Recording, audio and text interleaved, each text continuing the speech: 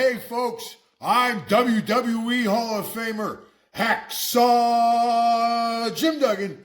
Tito Santana. This is Kurt Angle. This is Bret the Hitman Hart, and this is going out to Scott and Holly. You are listening to the Win Twice Wrestling Podcast with Scott and Holly. Oh, it's true. It's damn true. And this ho's for everybody. Ho!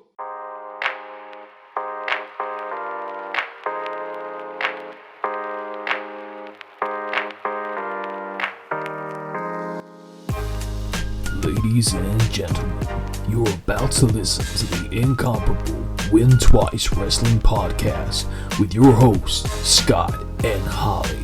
So sit back, relax, and prepare to be entertained.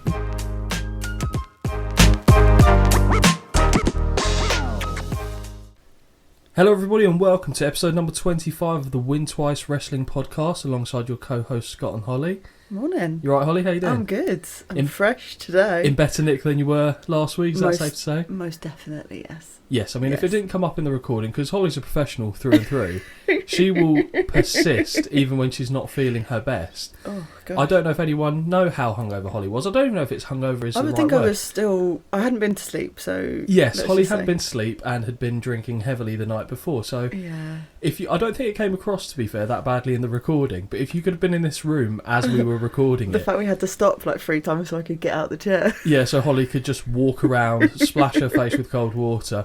But most of the time I was talking, because it made me feel self-conscious about what I was doing, because a lot of the time her head was in her hands, and I was thinking, oh, she's not enjoying this. And I was like, well, I'll try and... I wasn't enjoying life, let's be clear. That's true, yeah, because the podcast was the brightest spark in the life at that particular time, I imagine. Was.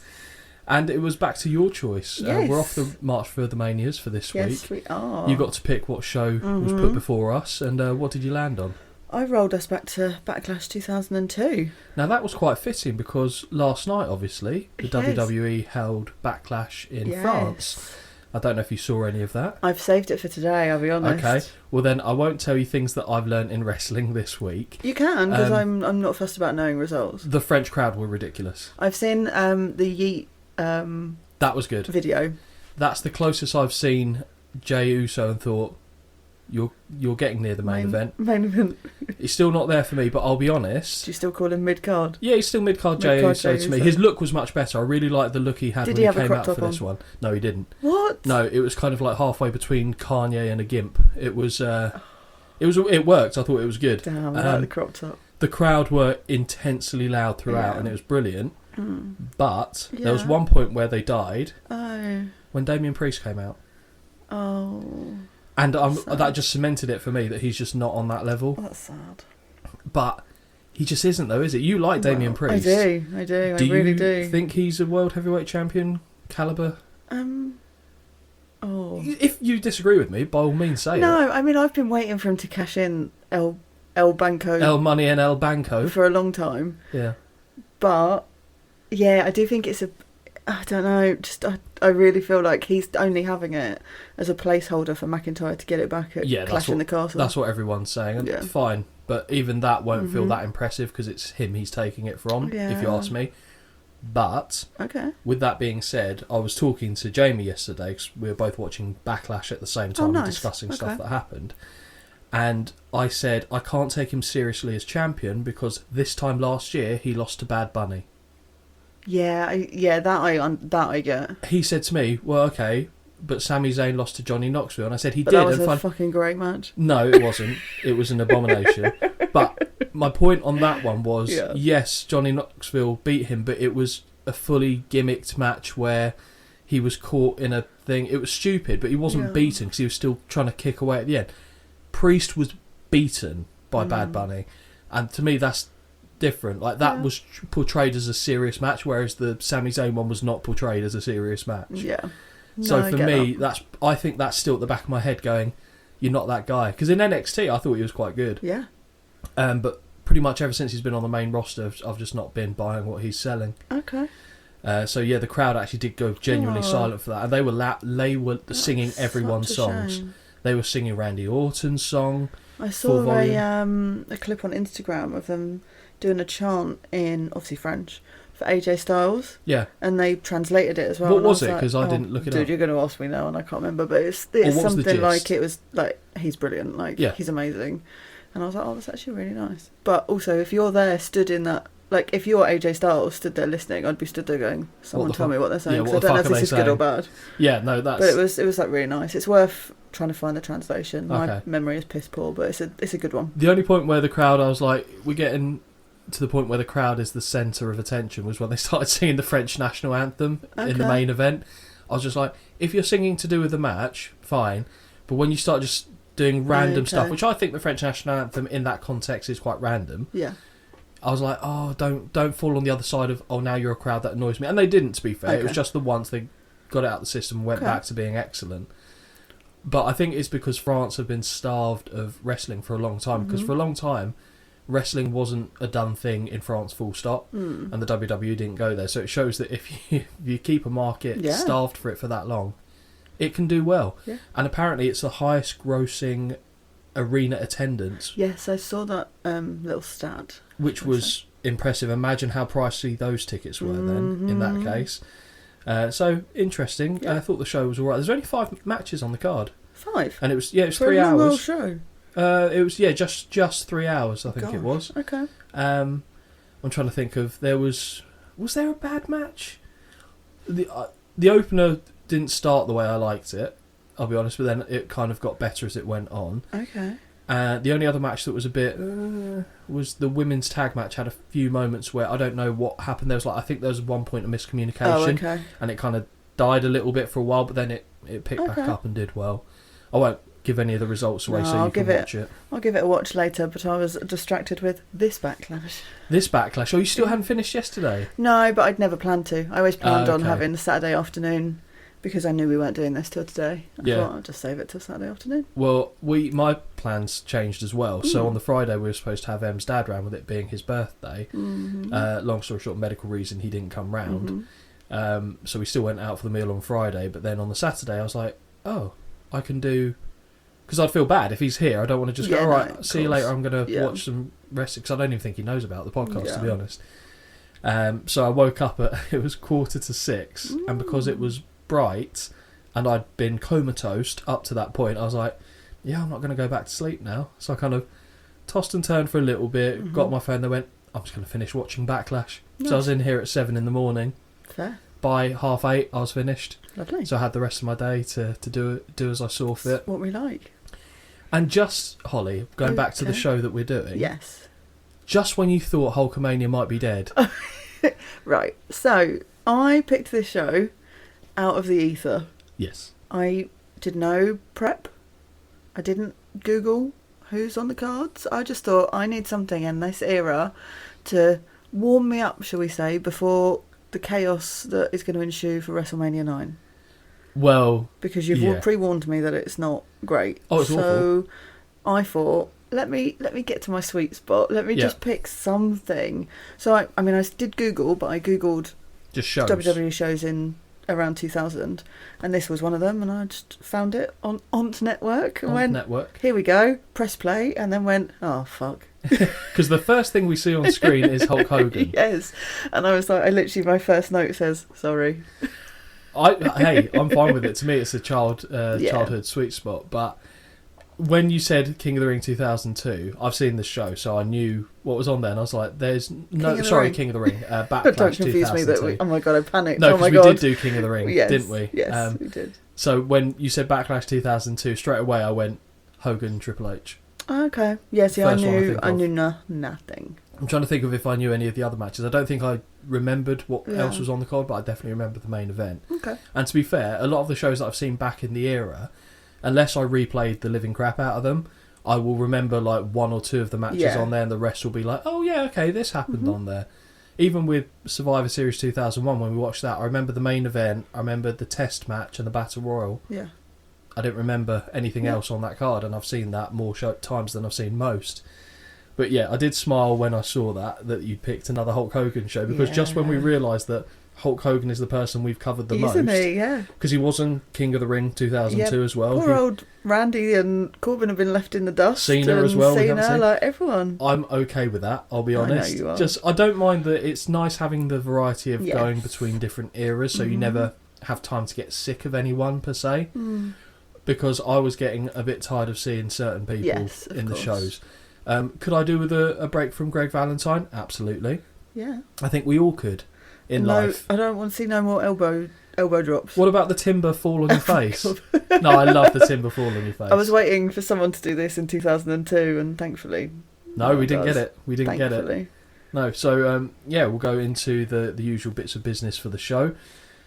The date for the event was the 21st of April 2002. The venue was Kemper Arena in Kansas City, Missouri. Attendance on the night, 12,489, with a buy rate of 400,000. Tagline, because we love a tagline for one of these pay-per-view events, one man's journey to stand alone.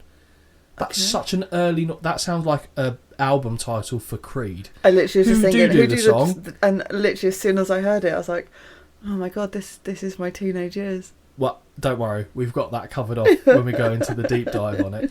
Just to give you a little bit of positive energy going into WrestleMania 9 for the next recording, I've lined up something that will be entertaining for us. And also there's going to be a lot of shit Macho Man Randy Savage impressions. Oh, good, okay. A lot. Oh, good, okay. I've already done 2 pages of notes, and I've only just heard the ding of the first match start. Oh, Jesus, okay. Because... You'll understand when you see it. We won't hear a lot of my voice in the next episode. You won't hear a lot of mine, depending on how the Savage impressions go either. I love that. So something to look forward to, if nothing else. And also, just before we do get into the whole episode, I'm just going to clarify to someone that probably isn't listening. The Rock isn't in this episode. So do you know anyone else in the episode, Holly? He can go fuck himself. I'm sorry. Some dude commented on YouTube saying some woe man or woe wom, I don't know how he spelt it, woe man, that only knows The Rock. I don't know a lot. I will confess this. I don't proclaim to know a lot, but fucking know more than one person, you dickhead. So Holly didn't take that personally. That's what we're learning. This is why here. I don't read the comments. This is why I don't. And then they get shown to me, and then I get angry. Like stupid keyboard warriors. I won't tell you exactly what she said when she first saw it, but Holly was ready for a fight. Let's put it that way. Always. But to be honest, idiots are going to be idiots. Yep. They're always there. And to be fair, like I said, 99% of what we get community-wise on the channel is great. Yes. He won't be around, so I'm not bothered. Nope. The show opening, we are treated to the bane of Holly's wrestling existence, a promo package for the upcoming show where we see the man with the most frequent flyer miles on the podcast, Hollywood Hulk Hogan, who talks about how the crowd reaction at WrestleMania 18 blew him away. Brother, just taking it all in with The Rock. We're obviously not at that Mania yet in the journey. Triple H now appears and informs us that he always wanted to put his skills to the test against the immortal Hulk Hogan, but at the same time, it makes him a little sad that he'll have to destroy part of his childhood. Both men talk about the WWF Undisputed Champion means everything to them. How are you feeling? Sorry, I was just having a little chuck at one of my notes. One of my notes says, in quotation marks, I'm also a little bit sad. And that's obviously just what Triple H said. It tickled me. Yeah. Was this the era when WWE was very Triple H heavy? Or had that not happened yet? Because he'd just come back from injury, hadn't he, around about-ish? January. Okay. So he'd come back in January. He had the WrestleMania main event against Chris Jericho. Okay. Won the title. Yes. He's now here a month later. So we see how long or short that title run might be. And yeah, he was... When he starts to really people get sick of him is 2003, 2004. Cool. But this is certainly warming up to that period. Yeah. Without a shadow of a doubt. Okay. It's the entree. Before I finish reading the opening bit about the monologues, obviously straight away you know what the main event's going to be. What's the thought going through your head? I did feel a bit like, oh, okay. As in, I'm not a bit bored, but I'm great. We're going to see Hogan again. But also, when I get to it, I had to have a little like, okay, chill your brain. Just take it for what it is. Take it for who it is. Because to me, again, it's not a matchup that's going to like... thrill me, shall we say? Like, I don't think it's going to thrill anyone. But you know what I mean? I was just a bit like, oh, okay, but... The person who will have enjoyed this match the most, or the two people, are the two people in the ring. Yeah. Hogan because of the result. Yeah. Triple H because he gets to say that I was in there with Hogan and I did this to Hogan, I did that to Hogan. Everyone else just like, Yeah. I mean, it is what it is, but okay. It wasn't going to be like a firework display. No. Triple H says that right now nobody is higher than he is, and RVD would like to challenge that claim. Hogan says he needs the title more than life itself before Triple H finishes the package off by saying that sounds bad, by saying that he had proven that he could once again be everything he once was at WrestleMania when he won the title. It's a long way about saying, I'm back. Yeah.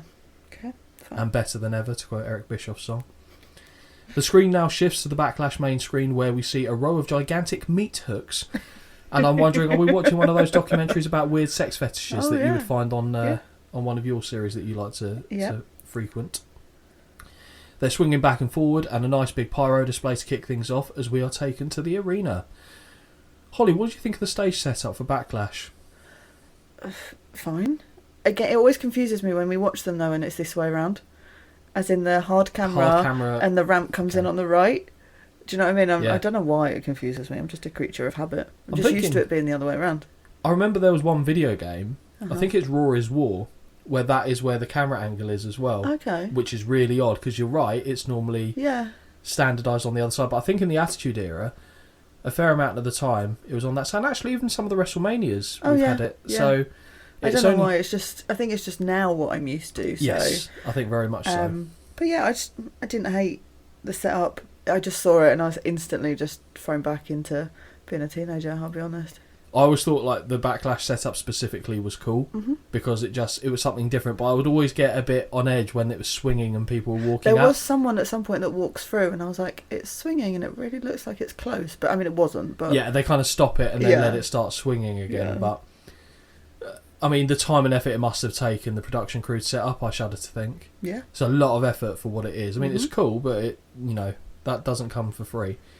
The familiar twang of JR greets us to a potentially historic night, and he is joined by King on commentary, as all the while in the background we hear Creed's Young Grow Old play. Holly, if there is a Creed song, it's probably in the midst of my sweet spot for WWE. Yeah. And we're not WWE yet. No. We've done the brand split, so we've got Raw and SmackDown, but we're still just about at the edge of WWF going into WWE. Without getting any time to settle down, straight into the first match. Yes. Brilliant. Tajiri with Tori Wilson versus Billy Kidman for the WWF Cruiserweight Championship. So they've gone... This is one of the belts that the WWF... put my teeth on WWF. I turned into fucking Jamie Noble partway through that. It's one of the few titles that the WWF took and made their own. So the WWF title was previously the light heavyweight title for the lighter weight divisions. But they just embraced the cruiserweight, and that was the one that they kept and then got rid of their own in a trade-off.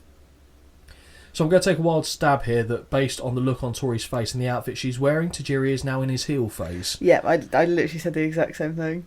We've seen him in his face phase, and then as soon as he came out, I was like, this I remember. Because Tori is dressed in traditional Japanese garb, so she's got she's basically almost fully geisha, except for the fact she hasn't got the makeup on. But the rest of the outfit would suggest that. And Tajiri is scowling slightly more than he usually does, so you just feel it in the air. JR and King confirm my suspicions as they mention that Tajiri has been a less than ideal boyfriend to poor Miss Wilson during this period. I think she can do better. Engaged or dating Billy Kidman at this time. Yeah, that was very much the case. No need to fret, her real life partner at the time, Billy Kidman, the Cruiserweight Champion, makes his way to the ring. Sorry. Holly, I know this is the first Kidman match we are covering on the podcast, but is this the first time that you've actually seen the man in action that you remember? No. So you do remember I do his remember matches? Him, yeah. Cool. Because he's one of the ones that had a good time in WCW and a fairly shortish time in WWE before he went backstage to do road agent work, so... I wasn't sure if he would have just kind of slipped off your memory completely. I do remember him. Yeah. Like an Orlando Jordan, who I had to completely remind you of. Collar and elbow tie-up start things off, but it's quickly broken before a second attempt. Kidman shoves Tajiri to the canvas, but he kips up right into a clothesline. Hip toss blocked by Tajiri sees Kidman instead go over the top and duck a spinning kick from the buzzsaw. He misses with the clothesline before the two men exchange arm drags. I don't know. I really struggled to actually I had to pause this quite a lot because it's so fast moving. You struggled? Well, yeah, your notes are far more intense than mine, but I literally have written here, I'm typing like I'm panicking, like I'm going to miss a deadline, but it was so fast. Yeah, I had to for the quicker paced matches, that's why WrestleMania paced matches tend to be okay for me, because I can type quick enough that I can keep up with what's going in, bar the odd exception. But as soon as the pace quickens, I have to go, pause, remember what I've just seen, type it down. Did I remember everything? I think so. Play. Right. Well, I'm not sure. Let's go back. Yeah. So this is a match that I struggled with a little bit on the note taking. Certainly the initial portion, because all matches eventually kind of have slowdown periods, which is completely understandable. Luring the champ into the corner, Tajiri pulls Kidman face first into the middle buckle. They exchange a couple of corner chops before Kidman gets his boot up on a corner whip. He leaps onto Tajiri's shoulders, spins, but his Hurricane Rana attempt is blocked. Catapult then sends Kidman into the corner, but he lands on the second rope as Tajiri kips up, but he cannot avoid a missile drop kick that gets a near fall, and this, ladies and gentlemen, is quality wrestling. Brilliant. Absolutely brilliant. Quality wrestling. This is when I went, maybe we were okay here. Maybe I have picked an okay show within the first 5 minutes. Without giving the game away, I wasn't disappointed. This is about the third time I've heard King pass comment on Tori, and JR is actually the one to say that covering her up is akin to covering the Mona Lisa. It's nice, and we actually hear a Tori chant from the crowd. Yeah, I noted that down, and I thought, you know what, actually, it's just him all over to me. It's a respectful compliment. Well, yeah, because he wasn't dribbling, shouting puppies. No, I know, but do you know what I mean? Yeah. Kidman looks to go up and over in the corner, but settles for a head scissors takedown instead that sends Tajiri to the floor. Whenever there's like a hard consonant before Tajiri, my mouth doesn't know how to. It's like it turns into word salad in my mouth. It falls all over the place. Tajiri pulls the champ outside in a wheelbarrow position and drops him chest first over the barricade. The black mats on the floor appear to be almost waxen. I don't know if you noticed that. They've got like a sheen to them. Yeah. Because you see when someone hits it, you can almost see the exact outline of where they were. Back in the ring, and Tajiri hits a wild power slam before shrieking as he hits a jumping knee drop. And I love this, man. Honestly, Tajiri is so far in all the episodes we've seen, he consistently gives more. I haven't seen him do anything I go, oh. No, me neither, actually. Yeah. And he just reminds me of how much of a treat he was. Yeah. Kidman gets choked over the bottom rope as the buzzsaw stands on the back of his neck. He slides to the floor and hits a beautiful high kick to the Still Days champion, and I'm now at full wrestling arousal. Ooh, cheeky. Tajiri kick. Yeah, I know. Slides to the floor, Kidman still over the apron. Lovely high kick. The slap was wonderful. Tajiri. Snapmare and reverse chinlock from the challenger, but the crowd rally behind Kidman, who regains his footing and elbows free. Yep. Hurricane Rana by the champion, but he runs right into a tilt-a-whirl backbreaker. Yes. In the corner, and Kidman is placed in the Tree of Woe. Tajiri tells the crowd to shut up before a beautiful baseball drop kick to the face of the champion. That's so funny. That is what he did, though, wasn't it? He did. Tajiri proceeds to wipe his balls on the canvas as he drags himself around. Don't know if you saw that. He just didn't use his legs and he was sliding around the ring. I was like, has he got worms? What's wrong with him? Modified bow and arrow by the buzzsaw, who utilises the ring post well. More ball dragging back in the ring and a few stomps too. Backbreaker and follow-up stretch submission. Kidman eventually knees himself free and gets a 2 count, but Tajiri quickly gets back on top. Elbow and axe kick to the spine precede a back stomp, but Kidman begins to fire back. In the corner, the champ almost runs right into a tarantula, but does manage to avoid the hold. But the buzzsaw finds a unique way to apply it further along the ropes moments later. Brilliant. I love that. I just love it. Subverting expectations, but still delivering. Yes. Kidman ducks a head kick, and they begin trading punches. Handspring back elbow attempt by the challenger is countered by a nice drop kick to the back midair. Loved that. But even watching it, I felt like I had whiplash. Yeah, of course you did. I was just like, oh no, but I freaking loved it. There's a lovely neck-related move that comes later that I know you're going to flinch at. Correct. That gets a 2 count. Tajiri avoids a back suplex attempt by landing on his feet and connecting with a spinning heel kick. Suplex is avoided by the champion, but the German suplex is not. Lovely reverse jackknife pin by Tajiri, but only a 2 count. Sternum first goes Tajiri into the buckles, but he connects beautifully with a crescent kick that drops Kidman hard. Lazy cover and only a 2 count. I think when I go to put lazy cover, sometimes my brain gets away from me and I go to put a lazy Susan. And that's very different. That is very different. Love a lazy Susan. Who doesn't? Come on. Tajiri starts arguing with the ref. Classic Billy Kidman spot as he counters a powerbomb attempt into a facebuster, which gets a near fall. Yes. Basically, in every Kidman match, this is going to annoy you now, someone will try and hit him with a powerbomb and he'll hit that. Oh, good. Thank you for ruining this for me. How many Kidman matches are we likely to see? You never know. Well, we don't. That's true. Now everyone who requests a show is going to find a Billy Kidman match. Yeah. Shooting star press attempt is avoided by Tajiri, who follows up with a lethal buzzsaw kick to the kneeling champion, makes the cover, but no, only 2. I actually thought that was going to be it. Kidman chants start as Tajiri places the champion on the top buckle, but finds himself being low downed back to the canvas, so it's kind of like a spine buster come power bomb. Yes, I didn't know what to call it at all. Yeah, so because every time I've seen it done in these shows, and to be fair, JR's good at calling the action, but sometimes he gets the names of the moves a bit off. Okay. But I'm not entirely sure. But D'Lo Brown used to do this thing where he'd kind of palm them up into the air and sit down in a similar kind of fashion, and that was called the lowdown, I believe. Right. Or was that the frog splash? Either way, you kind of get the gist of what we're trying to explain here. I'll try and look that up for the next time it comes up. Kidman now looks to hit a powerbomb of his own, but before he can deliver, Tajiri sprays red mist into the eyes, red mist being the more lethal and dangerous of the mists in wrestling lore. Green is obviously the most frequent colour, but red is the this one hurts mist. Because apparently red food dye is more potent than green, right? So he sprays it into the eyes, he falls on top of the champion, hooking his leg and getting the 1, 2, 3. The way that was obscured from the ref was actually done very well, because the ref, I believed, wouldn't have seen that happen, because even the way he was covered, you couldn't see the red. Tajiri is the new WWF Cruiserweight Champion, and I am a happy boy. Mm-hmm. As Kidman is pouring away at his eyes, Michael Cole goes to interview Tajiri as he exits the ring about his change of heart. The buzzsaw responds in Japanese before grabbing Tori by the wrist and walking back up the ramp. Yep.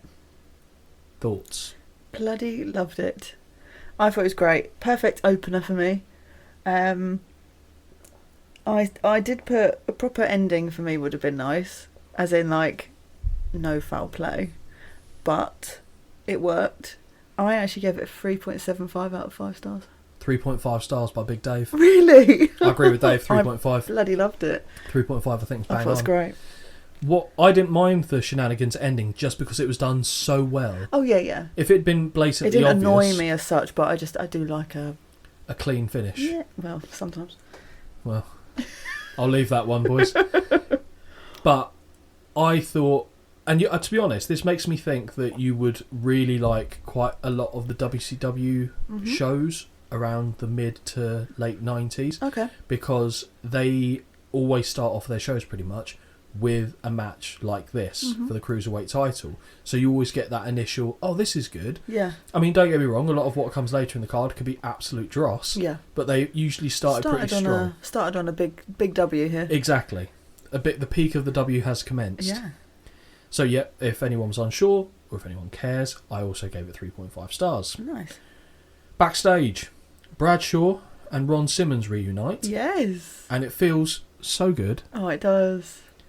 Backstage we see Ron Simmons and Bradshaw, and the reason I put Ron Simmons and not Farouk is because when he walks into shot, Bradshaw says Ron, he doesn't say Farouk. Yes. So that's why I went with that, but for the rest of the show he's Farouk. Yeah. Bradshaw reunite as they had been separated following the brand split between Raw and SmackDown. Why would you ever separate these two? I think it's probably because the future JBL wanted maybe a singles push, and he wasn't going to get that if they were still in the tag team. Yeah. However, they tended to always split up at least one tag team, and it wasn't just the APA they split up in this draft. They split the Dudleys up as well. What? Yeah. Don't remember that. Yeah, so Devon went to SmackDown. Oh. Bubba stayed on Raw. They also reunited, but they didn't reunite until I think it was Survivor Series 2002. I see. And Devon, I believe, had become that minister character, yes. Reverend Devon. Yeah. And that's how Deacon Batista came to the main roster, because he was the guy that went round with the collection plate. I see. But yeah, it's just sometimes it's splitting it up for the sake of splitting it up. For me, what I quite like the idea of, and to be honest, I still fall into this trap as well. When I see tag teams in general, for the most part, I think, I wonder who's going to turn on the other one. Okay. I'm waiting for the inevitable moment where they split up. And you don't have to do that. No. I mean, I'll be honest, currently I'm still waiting for that to happen with Street Profits.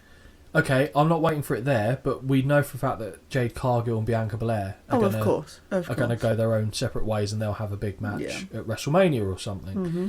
But just for the sake of doing it, okay. I don't know. And to be fair, I think that's conditioned the way I expect to see this stuff going forward. And it doesn't always happen. Look at New Day; they've been doing this gimmick for God knows how long, and I'm not expecting them to turn on each other. No. So they're one of the few exceptions, but pretty much everyone else, I am. So I mentioned that as they were talking, we hear the NWO music play for the first time in one of these episodes, and Bradshaw asks Simmons if he had seen what NWO had done to the APA set, but assures him he won't let it happen again. Well, they've already destroyed it, so. And will take care of business. Just a door frame in the middle of a corridor and a table. Yeah. I wonder if Terry's still pouring beer on herself. And will take care of business before fist bumping and leaving. The match. Yes. First time we see this man. Isn't it just? On the show as well. I know I'll bump into him again at previous years, if you know what I mean. So You'll bump into him in the next. Oh, will I?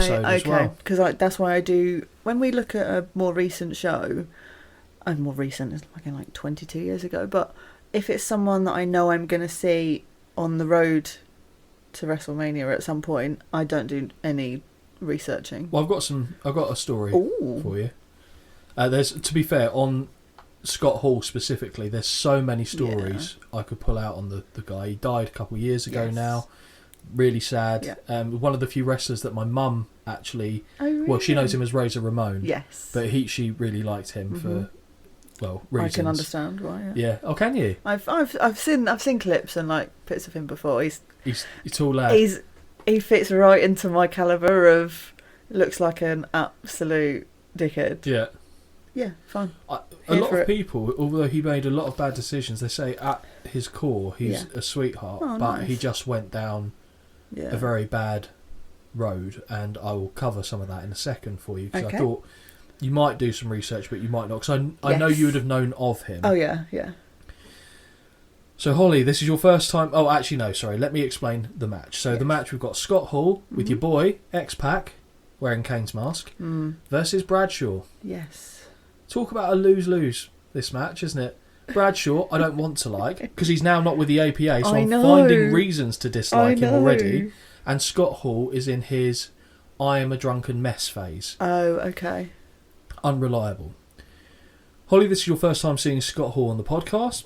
Do you remember actually seeing him around the time at all? Because you were watching in this period. I don't remember him from this time period, but I think I probably obviously would have seen him as the collective with NWO, because that was Kevin Nash as well, right? It was. So I remember Hollywood them Hulk Hogan as a collective, but I don't remember specifically him sticking out to me. But at the time I was watching it, he wouldn't have stuck out to me, if you know what I mean. No, so I'll give you a bit of background on... NWO was a massive angle in WCW. I will actually leave the majority of that story alone for another episode, because it'll be more fitting when we do it on a WCW show. But safe to say, it was a massive thing. It was one of the few things within wrestling culture that seeped into mainstream culture and made it cool to wear that kind of wrestling apparel.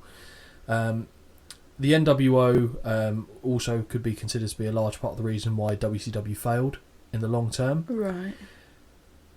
After WWF and Vince McMahon bought WCW, bought ECW, and they started the whole alliance invasion story angle, the contracts of people like Kevin Nash, Hulk Hogan, Scott Hall, that it made more sense for them to sit out and just collect the paycheck. Oh, right, yeah. So we didn't see them come to the WWF until I think it was No Way Out 2002. Yeah. So not too long before this, because this is April, May? Yeah, I think so. April or something. Anyway, and when they came, basically Vince McMahon brought them into the company as a poison to kill the WWF, because if he couldn't control the WWF, because he had to share the ownership with Ric Flair for the brand split. In the odd quotation marks, yeah. Yes, he was going to kill his own creation with a lethal dose of poison in a maniacal interview that he did, which was good actually. At No Way Out, the NWO consisted of Scott Hall, Kevin Nash, Hollywood Hulk Hogan, so they all came in around that time. Hogan pretty much split off almost within a couple months, if not a month, because of the match he had with The Rock at WrestleMania and the fan reaction to it. Kevin Nash got injured because he gets injured all the time because of his knees. Is this why they say he's suspended without pay? Yeah, I'm pretty sure he was injured. He's just injured. I think he was injured. Again, I used quotation marks and realised no fucker apart from you can see me. And that's when they brought X-Pac into... Okay. So X-Pac was in the NWO in WCW. He was known as Six then because he was the 6th member of the NWO, but he was in there. The only person who was sorry, let me put my teeth back in, was legitimately a part of both NWO and DX. In the WWF, things didn't just go well for Scott Hall. He was in a very dark place. Yeah. People were trying to help him. He had a massive problem with drinking. Mm-hmm. And they all think it stems from a similar issue. And I can't remember if I actually touched upon it in the story. I didn't, so I'll actually mention it to you now. Did you know that Scott Hall killed a man? No. So I watched a documentary, one of those A&E ones, the biographies. Oh, yes. I found it on YouTube of Scott Hall. And it just made me really sad for the guy. I was sad for him already, but he was one of the ones you look at and you go, you've just thrown it all away, mate. You've brought it on yourself. When he was a youngster, he was a fan of wrestling anyway. In his household, he was the eldest sibling by a significant distance, so he said he felt like he was an only child because he didn't get a younger brother. He's got 2 brothers until he was already 9, 10. So that kind of puts you at a different... that's very similar to my age gap, yeah.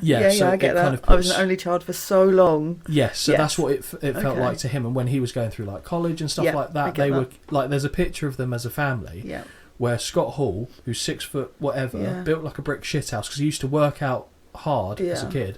He always had like a tash, just a really big tash. And he was going to college, and he's there with his younger brothers. He looks like he's their dad. Right, okay. So significantly different in size. He was, like I said, he was always a wrestling fan. He wanted to go to the shows, and when he got to like kind of that age, he used to try and get near the entryway of whatever show they were watching, and go to his mates. Do I look bigger than this guy, or do I look bigger than him? And they're like, yeah, you look bigger than him. Okay.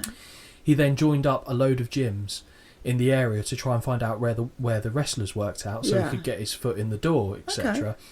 Anyway, he entered the wrestling business, but early on, to make ends meet, he worked as a bouncer. For various areas of, I think it was Florida, is where he grew up. And one of the things that was big business in terms of bouncing were the strip clubs. Yeah. A lot of business goes in there. Can be quite a dangerous area because obviously you've got to make sure the girls are safe in that environment, and he doesn't always attract the most upstanding of citizens to go there. Scott made a rule that he was never going to date a girl at a club he worked at because of the conflict of interest. He eventually broke that rule and started dating one of the girls that worked at the club. I believe there was an ex involved in this who was livid at the fact that Scott and her were dating. In a car park outside the club where he worked, the guy pulled a gun on him. Jeez. Scott Hall wrestled him to the floor, got the gun off him, went to pistol whip him with it, didn't realise it was loaded. As he brought it down, the trigger went off, shot him point blank in the head. He said, and when you hear him talk about the interview, because does he talk about? There's clips of him talking about it. Clips of him talking about this, and said, I can still hear the traffic. Yeah. I can still smell the car park. I can still feel the warm blood and brains on me. And it's got to be harrowing. Yeah. It's got to be harrowing. And he said it's one of those things as well where... So he obviously went to jail for it and called his family and said, don't worry, I didn't do anything wrong. And it was proved to be the case. Right. And I don't think that story has ever changed. And obviously he never had an incident like it afterwards. Yeah. So the people that do that tend to do it more than once if they can.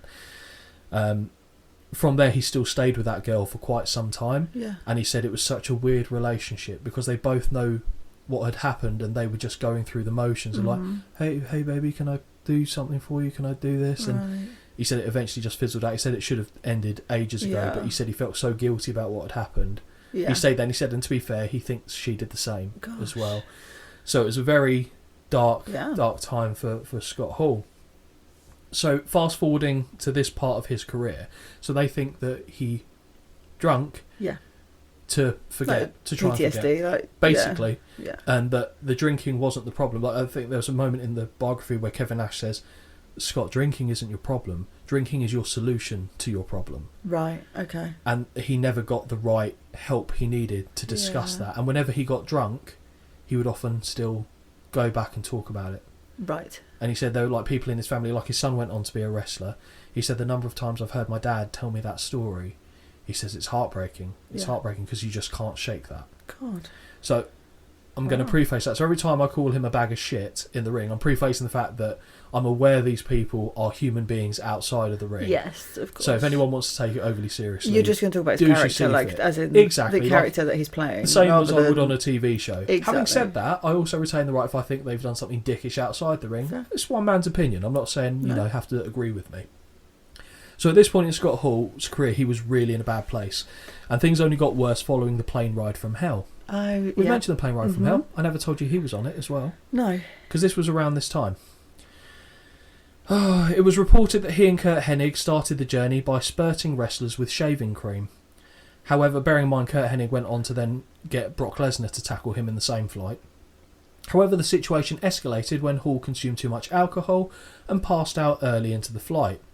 There were also allegations of sexual harassment against Hall by flight attendees Taralyn Capilano, apologies if I got the name or pronunciation incorrect there, and Heidi Doyle. I'm fairly confident with that name.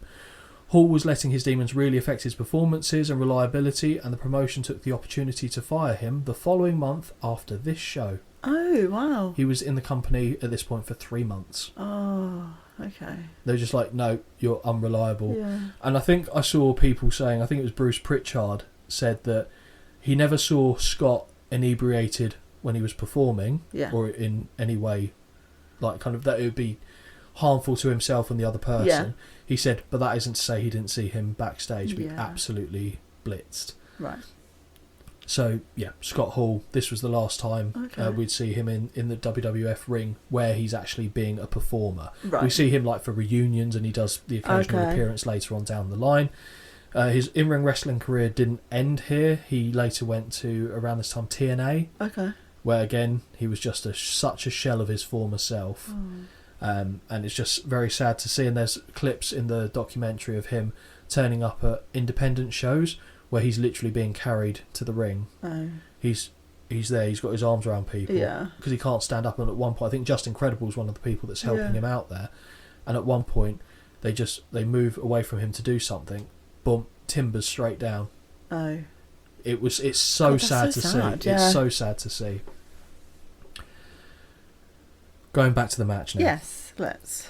Holly, what do you make of the stylised NWO entrance in black and white with strobe lighting? I do remember this. Yeah, I think it's great. Yeah. Brilliant. Yeah, big fan of it as well. More importantly, how much of a dick does X-Pac look wearing Kane's mask? Right, instantly, I've just written, I can tell he's going to get on my tits. He annoys me anyway. Chance to be a fine thing. Yeah. I don't think he could reach him. It's a bit short. Not when I'm drinking, Holly. Sorry, you can't say that. So sorry. I mean, but again, if he annoys me this much, he's doing his job well.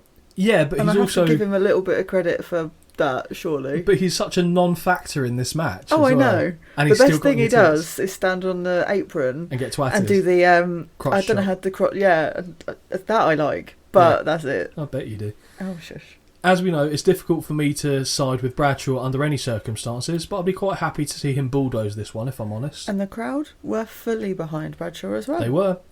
Before the match gets underway, Bradshaw finds himself surrounded by the NWO, but not for long, as Farouk makes his way to the ring to even the odds. Loved it. Hall is furious with this as he thumps the apron and an APA chant starts. Bell sounds, and Hall starts by throwing his toothpick in the face of Bradshaw. That's dangerous. Before laughing and eating a clothesline. One of the things I really liked about the Razor Ramon character was the toothpick throw. It was like the same as the Mr. Perfect chewing gum slap. Yeah. Whenever it hit the lens, you're just like, yeah. Mm-hmm. It's satisfying. It calms the voices in my head. To quote Randy Orton. Big right hand by Bradshaw, who runs Hall into the corner and continues the beatdown. Hall ducks too early off a whip and eats a kick before a DDT puts him down for a 2 count. Yeah. X-Pac sucks. X-Pac sucks. Yes. Chant starts, which I could be wrong, but I believe was started by Holly from her lounge 22 years after the fact. That's brilliant. Hall rolls to the outside for a breather, but backs right into Farouk, and he does this bit well. I mean, bear in mind, Scott Hall's like 6'5", 6'6" himself. It is funny, isn't it? Because he plays the part of being like, a pussy shit. very well. Yeah. But you look at the two of them together, and it's like, You're stacked. To be fair, I mean, I would too, because Farouk's fucking ginormous. But I think Farouk would take it. Do you know what I mean? It's just funny. It's not like one of them's 4'5". No, I know, it's great. Really like it. So, sheepishly, Hall turns around and gets drilled by a right hand from Farouk, and X-Pac runs right into a clothesline. At this point, I fully expected to hear the bell for a DQ, but no, the ref allows it, so fuck it. It's not the first time I thought this in the whole entire match. It is the first time you thought of it, but it's not the last. Oh, thank you. That's what I mean. And the action returns to the ring. Running shoulder tackle and elbow drop gets 2 from Bradshaw. A series of heavy strikes and suplex also gets a count of 2. Big right hand sees Hall do the stanky leg, and part of me wonders how much of an act this was and whether he actually already had a mild buzz going on. That was mean. After that story I just told, I feel a little bit bad about that in hindsight, but who knows? Bearing in mind I did see him fall to the canvas several times in this documentary, so that was still very much a live memory for me. Right. He falls to the canvas, and this gets a 2. Thumb in the eye, and some return right hands by Hall drop Bradshaw, who then gets choked over the middle rope. X-Pac gets a cheap shot in as Hall goads Farouk. Hall throws more right hands as Bradshaw tries to fight back and gets a kick to the gunt. Yep. Corner whip and clothesline follow. Stomps in the corner keep Bradshaw down, but again he tries to fight back as the APA chants start up once more. Yep. He bursts out the corner with a shoulder tackle, and both men are temporarily down. Yes. Bradshaw blocks a pair of right hands and delivers his own, eventually knocking Hall down once more, and JR comments that this is not really a pretty match. Mm-hmm. No shit. Yeah. Even I remember writing it at the time, but reading it back just reminded me. The amount of times I said, right hands, kick. Right hands, kick. Clothesline, right hands. Yeah. It was very much a one-note match, and I thought they just can't have this go long because of the type of match it is. Back elbow and big boot connect. I've got pouting, Hall down once more, but I think that's putting. Corner clothesline by Bradshaw, who also avoids a corner charge by Hall and connects with a wicked clothesline from hell. Now, this is where I will give the big man some credit. Mm-hmm. I like a lariat. I like a lariat when it ends things. I don't like to see 4,000 lariats in a match, as we see sometimes in other promotions. Although I do sometimes give New Japan a little bit more license to do it just because of Japanese wrestling in general, but I like a lariat as a finisher. Yeah. Stan Hansen, brilliant. Bradshaw, pretty good because he hits it meaty boy style. Meaty boy. And also I'm worried as well because sometimes the positioning of the person he hits isn't quite right, and I'm like, oh, you're going to kill someone, you're just going to break their face. This isn't too bad because Hall's tall enough that he doesn't take it in the face, but his positioning wasn't great for it, if I'm honest. From there, they are too near the rope, sadly, and X-Pac blatantly places Hall's foot across the bottom rope to break the 3 count. Holly's livid. Yeah, I've actually wrote a very PG comment, and I said, he's such a dweeb. But I thought, you know what, that's actually a perfect adjective, yeah, I think. Dweeb. I mean, it's very fitting. PG for me, very PG. What did you write? He's a cunt the first time and then cross it out? No, I save that for special people. Okay. Well, he's special in some respects. No. So the referee spots the fact that his foot's over the rope, but X-Pac is still holding his foot over the rope when he sees it. I'm just going to overlook it. I mean, we haven't even got to an El Hebner match yet in this card. X-Pac starts fleeing from Farouk, but does make sure to tell him to suck it mid-run. He jumps up onto the apron where Bradshaw hits him and he falls into the arms of Farouk, who runs him spine first into the ring post. Drink. Back in the ring, and we see a hideously blatant low blow by Hall, who gets a schoolboy roll-up with a handful of tights and steals the 1, the 2, the 3. Yep. Holly, what are your thoughts on this one? Do you know what? If I look at this on paper, this is going to be one of those like Love Island, my type on paper comments, but on paper, I would look at this and go, what a crock of shit. Purely because for me, this isn't my sort of... Wrestling. Yes. Agreed. But I really enjoyed it.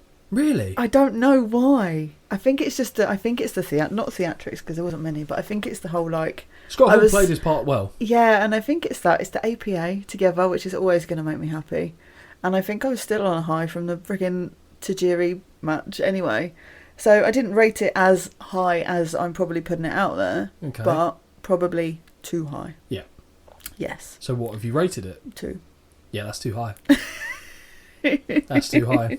But I know that, and I feel like this is, I don't know, I just liked it because it was a good length. It wasn't too long. The length was fine, I'll give you that. So I'll give you Big Boy Dave's score. So he scored this 0.25. Okay. I would be maybe inclined to go 0.5, just because 0.25 feels too harsh. But it wasn't good because, like I said, it was a punch kick. Yeah, it was, yeah. I can't think of a single wrestling move outside of a clothesline. Okay. Even now, thinking about it, I don't remember seeing body slam.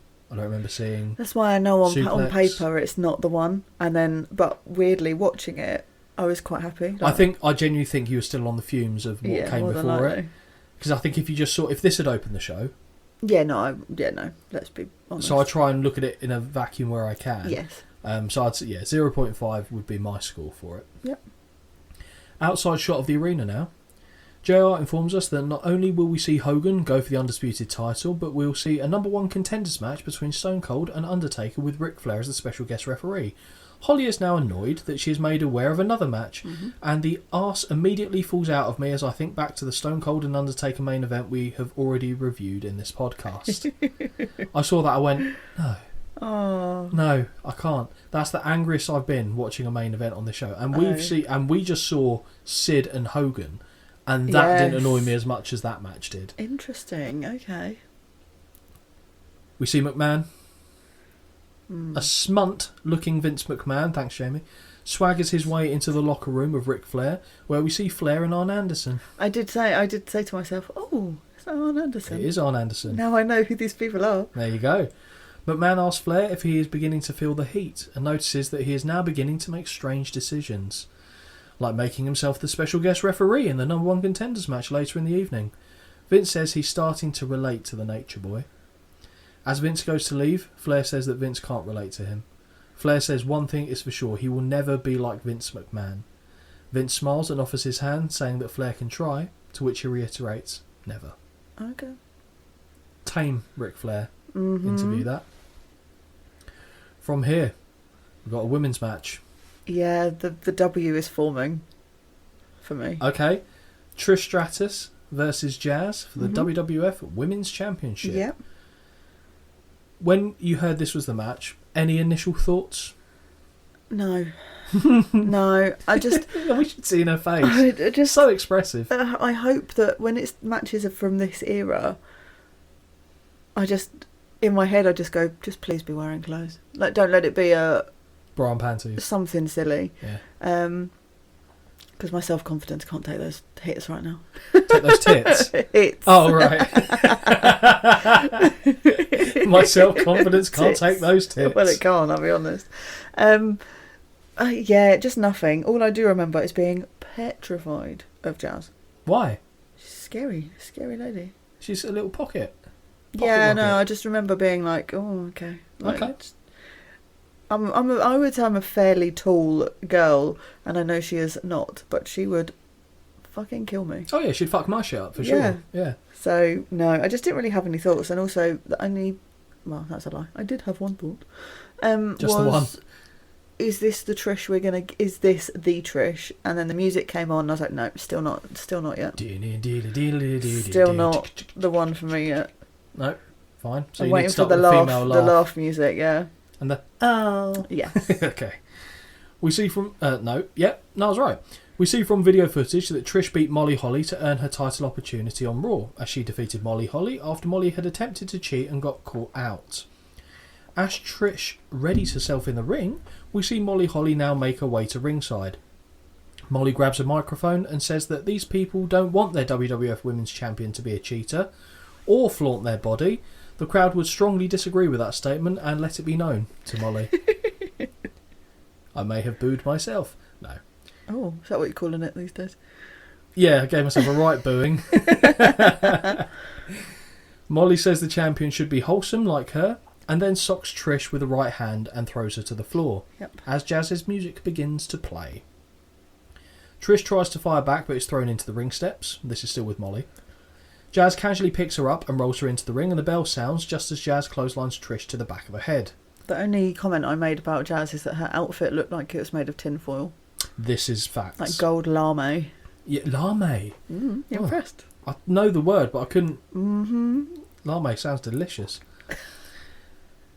So corner whip into a big sidewalk slam, sees Jazz get a count of 2. She almost lost her on the sidewalk slam from memory as well. Trish counters with a stun gun over the ropes, old Stunning Steve's finisher from WCW. But Jazz quickly regains control with a rolling fireman's carry takedown. JR says Jazz has a Mike Tyson-like demeanour, and King says no, Mike Tyson is better looking. Trish rolls through... I laugh. Trish rolls through off a whip and connects with a clothesline of her own, but an eye rake puts the champion back in control. Series of jabs by Jazz, but her big right is blocked and Trish unloads. Jazz ducks a chick kick before it was a chick kick attempt off a whip, but a second crap one hits and gets a near fall. Trish opens up a butcher's counter in the corner as she offloads some chops. Jazz is sat on the top of the turnbuckles but shoves Trish down. However, she cannot stop the handstand Hurricane Rana that quickly follows. And this is when Trish could do it and it looked alright. Yeah. Because more recent takes have not gone so well for her, bless her. Clothesline by Trish and a neckbreaker gets a near fall. Stratus ducks too early off a whip and eats a kick, allowing Jazz to follow up with a lovely sit-out powerbomb. Yes. A lovely sit-out powerbomb, which I thought was going to end it. Mm-hmm. Somehow Trish kicks out at 2, and I thought that would be all. There you go, I even wrote it down. Trish is choked over the bottom rope before getting whipped into a corner. I put mishes. I'm going to say it like that now. Jazz mishes a corner splash, and a schoolgirl roll-up gets a 2 count. Mm-hmm. Stratus looks to set up for the Stratus faction, but Jazz is too strong and dumps her with a back suplex that Trish again kicks out of. Trish gets a boot up the arse, he said. Trish gets a boot up in the corner, but Jazz sees it and dragon whips to counter, so that was nice. Yes. Boston Crab is locked in as the crowd rallies behind the challenger. Mm-hmm. Jazz pulls Stratus away from the ropes and transitions to an STF, and this is a good STF. Yes. But Trish still won't quit. She pulls herself towards the ropes, but Jazz cranks harder. Trish is literally looking at a 90-degree angle from her body. So appreciating she's not actually in pain, but it looks like she could be. Yeah. Jazz cranks harder, and Trish is forced to tap in submission. Yeah.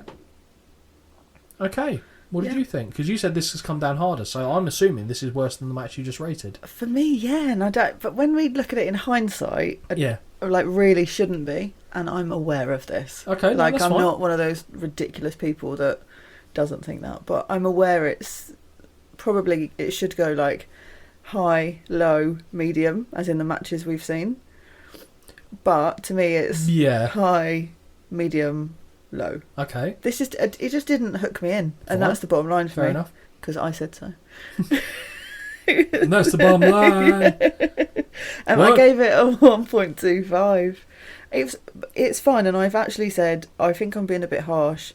It wasn't even close to one of the worst women's matches we've ever seen, but it just didn't hook me in. 1.5 stars. Okay. But that is much higher than what Dave rated the last one. Of course. I agree with Dave on this. 1.5 seems about right. So I'm not miles off what you thought, but I think I was also more in line with Dave on the match that came before it. So if anything, I'm closer to Dave on this one. This might be the first card where I'm closer to him. Absolutely. Especially when I know the points that I've got coming. Well, my next comment is, and I'll be honest, I still didn't look it up after. Yeah. Who the fuck is this clown? Some guy congratulates Jazz. Yeah, that guy. Who the fuck was that? I don't know. I don't remember him at all, and I didn't even want to try and look him up. So he congratulates Jazz. She stares at him, says nothing. Of course. He then fumbles over his words as he asks her if she thinks she would have won without interference from Molly Holly.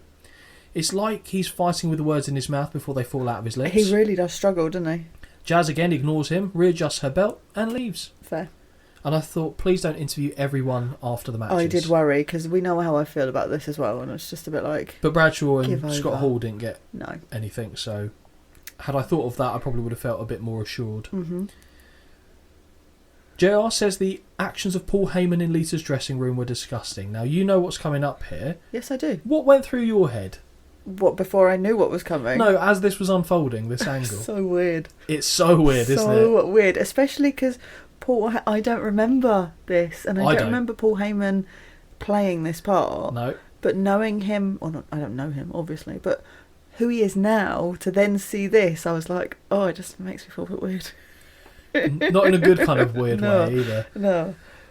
What we're touching upon is basically Paul Heyman's in Lita's dressing room and he was playing with her thongs. Yep, pretty much. So JR says the actions of Paul Heyman in Lita's dressing room were disgusting. King says he better not say anything on this, and I'm shocked. Yeah. And I'm like, I agree. But then Uncle Jerry says, I fondled a few thongs in my day. Just going to let that one hang out there for a little bit. But when Paul Heyman does it, it is sick. JR has to shake the comment off by King as he stares at him for a moment. It's great. He just fully deadpans his ass and goes, and like subtly just shakes his head and looks away. Great. Really enjoyed it. We see Heyman in Lita's dressing room twirling a thong. It's just an odd image. It's just such an odd image. As he talks to her, Lita tries to snatch it but misses several times. Heyman says Lita has two choices. The next big thing can play nicely with Matt Hardy, or roughly, depending on how Lita wants to play with him. Lita slaps him hard. Lita tells him to get out of her locker room. As he pockets her thong, he whispers to her, "You like to play rough." So do I. Yeah, that bit for me it literally made me get goosebumps, but not in like a good way. I was like, "This is so creepy." Well, it's doing its good. Job. It's what it's supposed to do. But it's so creepy. But also, I'm sorry, maybe this is just me, and this is fucking ridiculous. Yes, this is creepy. There's a bit where he comes out with the suitcase full of pants. Yeah, okay, I've got a comment on that. At this point, I'd be like, just have them, because I've clearly got enough that I'm not bothered about you taking a few. Right, okay. So he ogles her up and down from behind before he leaves. Really creepy, Paul. Not a fan, if I'm honest, but now I'm thinking about it now. It's so stupid. It's funny a little bit. Now, this bit is where it gets ridiculous. Yes. We then see Heyman rifling through thongs in Lita's travel bag at the top of the aisleway. There are loads. Does she not wear anything else, was my comment. What, who takes a bag just to pants? There was like 40. At this point, I'd be like, just keep them. Yeah. Just have them. Obviously, Primark had a flash sale. She was there. Matt Hardy goes to confront him, but is met by Brock Lesnar, who he charges. I think Lesnar takes an errant nut shot because you actually see him go, fuck, I think, when he gets it. Before he F5s Matt on the ramp, Jeff chases them off with a chair. Yep. This is not a good look for Jeff Hardy, putting it out there. Do you not? No. Really? No. Oh, I was happy. No, I prefer funny enough, the mesh shirting with the hair kind of... Yeah. This just looks like a little bit... I would take this too. No, this looks like broke surfer. It doesn't look good. We then see Heyman psyching up Brock Lesnar, so the camera shows us the heavily tattooed back of Brock Lesnar, who's flexing, as Paul Heyman tells him he will only get one chance to make a first impression in this, with it being his first match in WWE. Yes, didn't realise it was his first official match. And also, I actually like the not being a perv, like the camera angle. Yeah, it's impressive, is brilliant. Isn't it? Like, he is jacked. Although it's his face as a child. Well, yes, but he is an absolute monster. Heyman wants, or I've put He-Man actually, wants Brock to know it is all Lita's fault and to show Jeff how rough he can play. This is when I literally thought, oh, Jeff's going to be in this match. And then I thought, oh, fuck, Jeff's going to be in this match. Brock looks completely unhinged and I believe he is in kill mode. Brilliant. Brilliant. Jeff Hardy with Lita versus Brock Lesnar with Paul Heyman. A fully glow-in-the-dark Jeff Hardy, who looks like one of those blacklight tests to see how much semen is on a motel mattress. And with that comment, I've now lost Holly in her own little world. Back in the room? Oh, he's just... Yes. No. Yep. Lita doesn't look like her usual energetic self, playing up her concern for the injured Matt, who's not here. Now this is interesting. I have no recollection of this version of Brock's entrance theme, so this is a fun learning experience for me. No recollection of that one. I thought he came straight in with the dun, dun, dun, dun, dun, dun, dun, dun. No. But no, he didn't. My God, does Brock look young here? He does. But he was, wasn't he? Yeah, he was, yeah, very much so. As soon as he gets into the ring, he's immediately jumped by Jeff, who unloads with the right hands. But one big knee and a few clubbing shots drop Jeff hard. Lesnar picks it... Oh, when I put what drops Jeff hard, it went, do you mean Hardy? No. I meant hard. Okay? Lesnar picks him up and hurls him outside, where Jeff gets an ugly landing. Yes. Brock follows, but Hardy lures him back inside the ring, and when the next big thing jumps onto the apron, Jeff drop kicks him back to the floor, which was good. Yeah. Slingshot crossbody to the floor is caught by Brock, who tosses Jeff over his shoulder like he's nothing but a little bitch. Yeah. He looks to run Hardy into the ring post, but Hardy slips out the back and shoves Lesnar into the steel instead. Drink. Back in the ring, and Jeff connects with a very high crossbody that gets two. Yes. Very high being the operative phrasing. Oh, stop. Brock isn't to be fucked with on this day as he runs Jeff into the corner and connects with a series of shoulder blocks as he screams loudly like a fucking animal that he is. Mm-hmm. This is like, yeah, fucking go on, have some of that, you bastard. Yeah, really good. From the opposite corner, Brock throws Jeff with an overhead belly-to-belly suplex. Yeah. He stalks Hardy methodically before connecting with another. Great. Playing with his food. He picks Jeff up by the hair and belt, displaying him for the crowd. Yes. Before connecting with 3 massive backbreakers that he doesn't release the hold on to demonstrate his farm strength power. This made me, it just looks... Like, Jeff sells it well, because he's just a ragdoll at this point. And the fact that, Brock doesn't let go, I was very torn here, because I was like, I don't know what to do. I don't know how to feel about this. What I thought was good was Jeff Hardy was the perfect opponent for him. 100%. Because you've got someone who's willingly also going to go fuck me up, effectively. But also because even though he's not necessarily a big guy, he's not a small guy either. So let's say, Brock Lesnar could have absolutely fucked someone like Billy Kidman up. Yeah. But to what end? It wouldn't have had any... Another person would have done very good at him fucking up, but they couldn't do it because of his positioning, was Rob Van Dam. But we see that at King of the Ring, which we reviewed. Yes. So it makes sense how... Because Rob Van Dam can take stuff like Jeff Hardy can. Yeah. All the while Brock is destroying Hardy, Heyman is yelling at Lita, saying this is her fault. Mm-hmm. Great work by Heyman.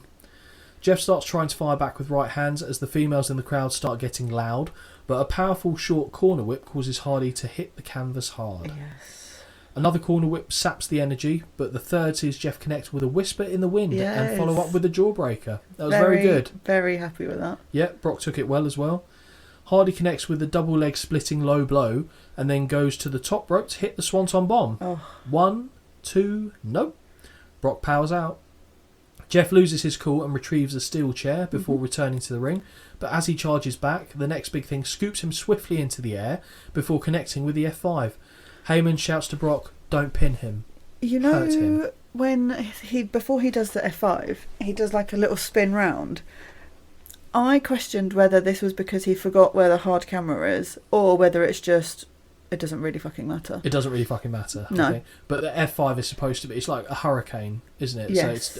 So he's got a bit of momentum going with it anyway. Yes, the distinction of the strength of a hurricane, I believe, is that's how they got the name F5. Oh, okay. And it's because he spirals them. So I think it was just part and parcel of the package that he was doing at the time. Cool. But Heyman shouting to Brock, don't pin him, hurt him, was an excellent little touch. Lesnar picks Jeff up and hits him with a power bomb. He doesn't release the hold. Powers him up once more and hits a second. No. Referee Teddy Long, holla holla. Yes.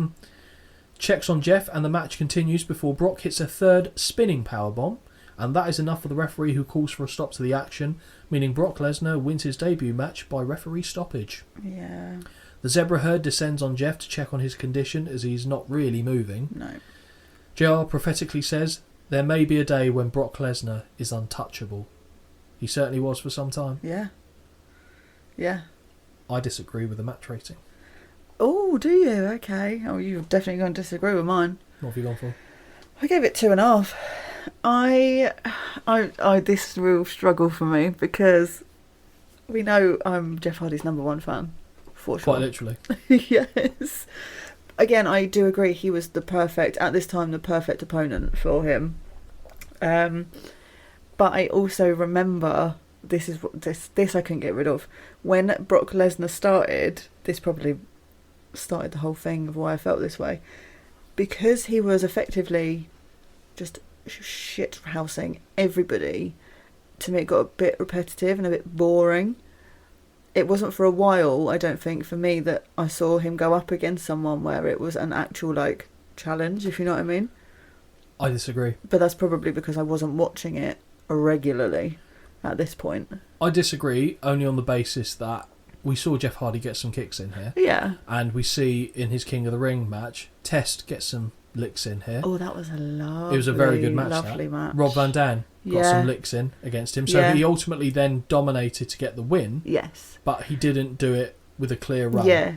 So I thought there was enough comeback. It wasn't like he was literally coming in one move down. Oh, no, yeah, that's why I've given it Goldberg, 2.5. It's bang in the middle for me, fine. So I'm closer to your score. Oh, okay. I think 2.25. Yeah. 1.5 star. Oh, No, from Dave. I thought that's a little bit harsh. Bit harsh. Just because I thought of the way it unfolded. It just worked well. Yeah. It just worked well. Oh, it's a bit harsh.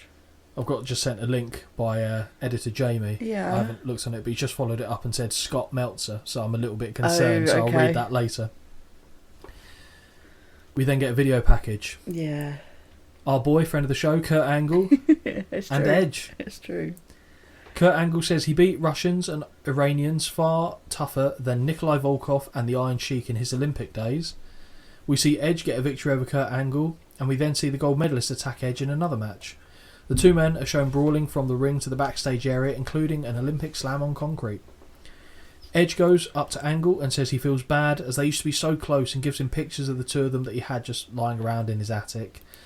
Angle is enjoying looking down memory lane. However, on the back of the pictures are messages written by Edge such as, "Yes, I do suck," and "Also, I have no testicles," with a downwards facing arrow.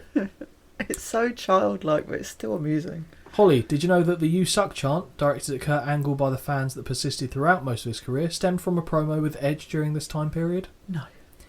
So Edge basically started the "You Suck" chant that went all the way through Angle's career, and unfortunately this is a show that we hear it on quite prominently. But I didn't know if you'd know that. No, I didn't. Kurt says that there is nothing he hates more than a loudmouth Canadian with long hair that dresses like a rock star. Think he might be overly specific on that one, but I pick up what Kurt's throwing down ultimately. It's a bit harsh as the lead singer of Nickelback. Well, that and Christian and most of the Canadians that have got Chris Jericho. We see Edge challenge Kurt to a match at Backlash, which Angle accepts, and that leads us to this next contest. Yes. Kurt Angle, Edge. Yeah. Before we start. Yep. Now you know this match is here. Yep. What's going through your head? What are you thinking? What are you expecting? I'm expecting Edge to be in prime Edge appeal. You would be correct. And actually, looking forward to it. I like watching Kurt Angle. Wonder how it's going to unfold. I love a Kurt Angle match at the best of times. Edge's matches can be hit and miss for me. Okay. When it's not got like a gimmick involved, like if it's the ladder match is just unbelievable, fine. TLC, good stuff. But a lot of Edge's singles matches don't always grab me. They're not bad necessarily in my view, but they're not as good as I think a lot of people believe them to be. Okay. So I thought if anyone's going to get a match out of him that I'll enjoy, it'll be our boy Kurt Angle. Yeah. And spoiler alert, he fucking does. Didn't he? He fucking does. The "You Suck" chants are in full voice as Angle makes his way to the ring, and you can clearly see him mouth to the fans, "You bunch of motherfuckers." Yes. It's not very Olympian-like, is it? Amusing. Always love the pyro for Angle. Great little touch where he points up and they go off at the same time. Edge back in his Rob Zombie entrance music era. And I would assume this is the peak Edge look for Holly right here. It really just gave everything it needed to give. It did. I'm actually looking forward to this match, which isn't a guarantee for me with Edge. Nice contrast in ring gear here, as I'm sure my lovely co-host will have noted. Of course. The match starts. You haven't really commented much on the attires so far. No, I haven't. It does come a bit later. But... Okay, perfect. The match starts and Edge gets a side headlock, but Angle drops him with a shoulder tackle off the whip. The crowd are really giving it to a friend of the show, Kurt Angle here, and the man himself holds onto the ropes after Edge gets a leapfrog. Love that. He pauses, but then sprints at Edge, who drops him with a pair of rights. Angle backs into the corner and gets whipped across. He does, however, get the back elbow up as Edge charges, but then runs right into a dropkick from the Canadian with long hair, who dresses like a rock star. Edge ducks a clothesline of Kurt and hits a flapjack before sending Angle to the floor with a clothesline of his own. It is called a flapjack. I couldn't work out what it was, because I'll be honest, this is what I've said this before. The old WrestleManias that we're watching, I like that they will literally say, it's this, it's that, it's this, but this peters off a little bit, and I was like, I heard the word flapjack, but I didn't hear if he was folded like a flapjack. No, they're not folded. Yeah, literally go up and then come down on your front. Perfect, thank you very much. That's quite interesting though, because watching a lot of the older stuff, you'll then start to learn the as well as kind we of can hopefully only hope, yes. Me doing the actual bit where I'm Yes. describing the moves as well. Hopefully, just things are kind of picking up. But I noticed now, like before in some of our earlier shows, to just segue a little bit, I could tell when I was listing moves. Sometimes I see you go and cock your head to the side, like not okay, you're going to take this badly, but like when a dog tries to understand what a person's saying. Yeah, no, I take that badly. But that's kind of the action you get, so like where you're unsure. Whereas now, I don't see that out my peripherals as much, which is good. But again, like I said, anything that is ever brought up that you don't know or want to know more on, ask. Don't you worry. I shall. I'd like to think there's a fairly decent chance I might know what it is to explain it to you. Now, Holly, so going back, so Edge has clotheslined Kurt out of the ring. Now, Kurt is the only man I've ever seen go over the ropes like this, as he seems to kind of land on his head on the apron and then teeter off. It looks great and very unique specifically to him. And I wonder, like, because obviously you're taught to do it, I would assume, a standard way. Right. And this is just the way he's kind of adopted. Yeah. And I think it's perfectly safe, but when you describe it to someone, he kind of lands so his head hits the apron and then he just goes off. It sounds brutal, but it isn't. I know what you mean. It's like the momentum, and he's just using that as a pivot rather than to take any weight. Yeah. But yeah, very strange. But he does it all the time. Angle, it keeps saying angles. Angle pulls Edge under the ropes and to the floor, but Edge gets a few right hands in before they return to the ring. As Edge re-enters, Kurt unloads with some stomps, but he gets caught with a spinning heel kick off a reversed whip. A beautiful German suplex by Angle, and boy did Edge get some airtime there. Yes. JR on comms basically says that you will not see a better German suplex than that, and it is damn hard to argue it. Yeah. It's true, it's true. Agreed. Angle sucks. Angle sucks. Chants get voiced once more, and the Olympian stomps a mud hole in Edge in the corner. Big chops by Kurt, and Edge reverses with two of his own. Corner whip reverse by Angle, who runs into a boot. You've just done that dog face. I'm waiting to see what you say next, because I think I've just made an autocorrect error. And we will definitely need to hear exactly what that is. Corner whip reverse by Angle, who runs into a boot from Edge. Thank you. But has enough wherewithal to connect with a picturesque overhead belly-to-belly throw. 2 count. What did your autocorrect note say? He was hit with a boat. No, that was the barber. Oh no, it wasn't a boat he was hit by, but anyway. Big right hands by Kurt stop Edge from staying vertical, but he does begin to fight back until a snap suplex by Kurt gets an earful. Reverse chinlock applied by Angle, and Holly, can you do the honours? I'm asleep. I'm awake. And folks, that will not be the last time we hear Holly doing the honours on this show. Edge gets to his feet and elbows free, but misses a clothesline, allowing Angle to connect with another German suplex. He keeps the hands locked after impact, but Edge elbows free and hits Kurt with an overhead belly-to-belly throw of his own. Nice. Both men are down. The two men trade right hands when they return to their feet that Angle appears to get the better of. Off a whip, Edge connects with a flying forearm and quickly hits a clothesline. Back body drop for the Olympian, who then gets whipped into the buckles. Edge ducks a clothesline before connecting with an Impaler DDT for a 2 count. Okay, yeah. You good? That's what, yeah, sorry, yeah. No, fine. Kurt looks to be backing off, but boots the gut before attempting a back suplex that Edge lands on his feet from. Facebuster Bulldog connects, and Edge gets another 2 count. Edge climbs to the top rope, but a dazed Angle brilliantly runs up the buckles to meet him and connects with an avalanche overhead belly-to-belly suplex. Fucking fantastic. Near fall for Angle. What a man. I did like it. Oh, Holly. I did. I'll wrestle you right now if I don't like what you're about to say. But it's that same old... Obviously, Edge goes to the top rope. It stays there too long. It's a tiny little bit too... If I'm because I'm really enjoying it, I found that I was being a bit more pernickety about it. For the finer details, and to see if you can justify grading it higher. It was just that second too long, but the rest of it was fucking great. Because you like when LA Knight jumps straight to the top and does it. I fucking love that. This, to me, is that. It's the same where he goes straight up, grabs and throws him. Brilliant. Kurt looks for the ankle lock, but Edge shoves him off with a boot. That's not a Canadian slur, that. After a brief struggle, Angle connects with a trifecta of German suplex before holding the third for a pin. Suplex, I should say, if it's plural. Oh. Now, Holly, I thought this was a 3 count, but Edge just about kicks out, we're told. Uh-huh. Yeah. Very close.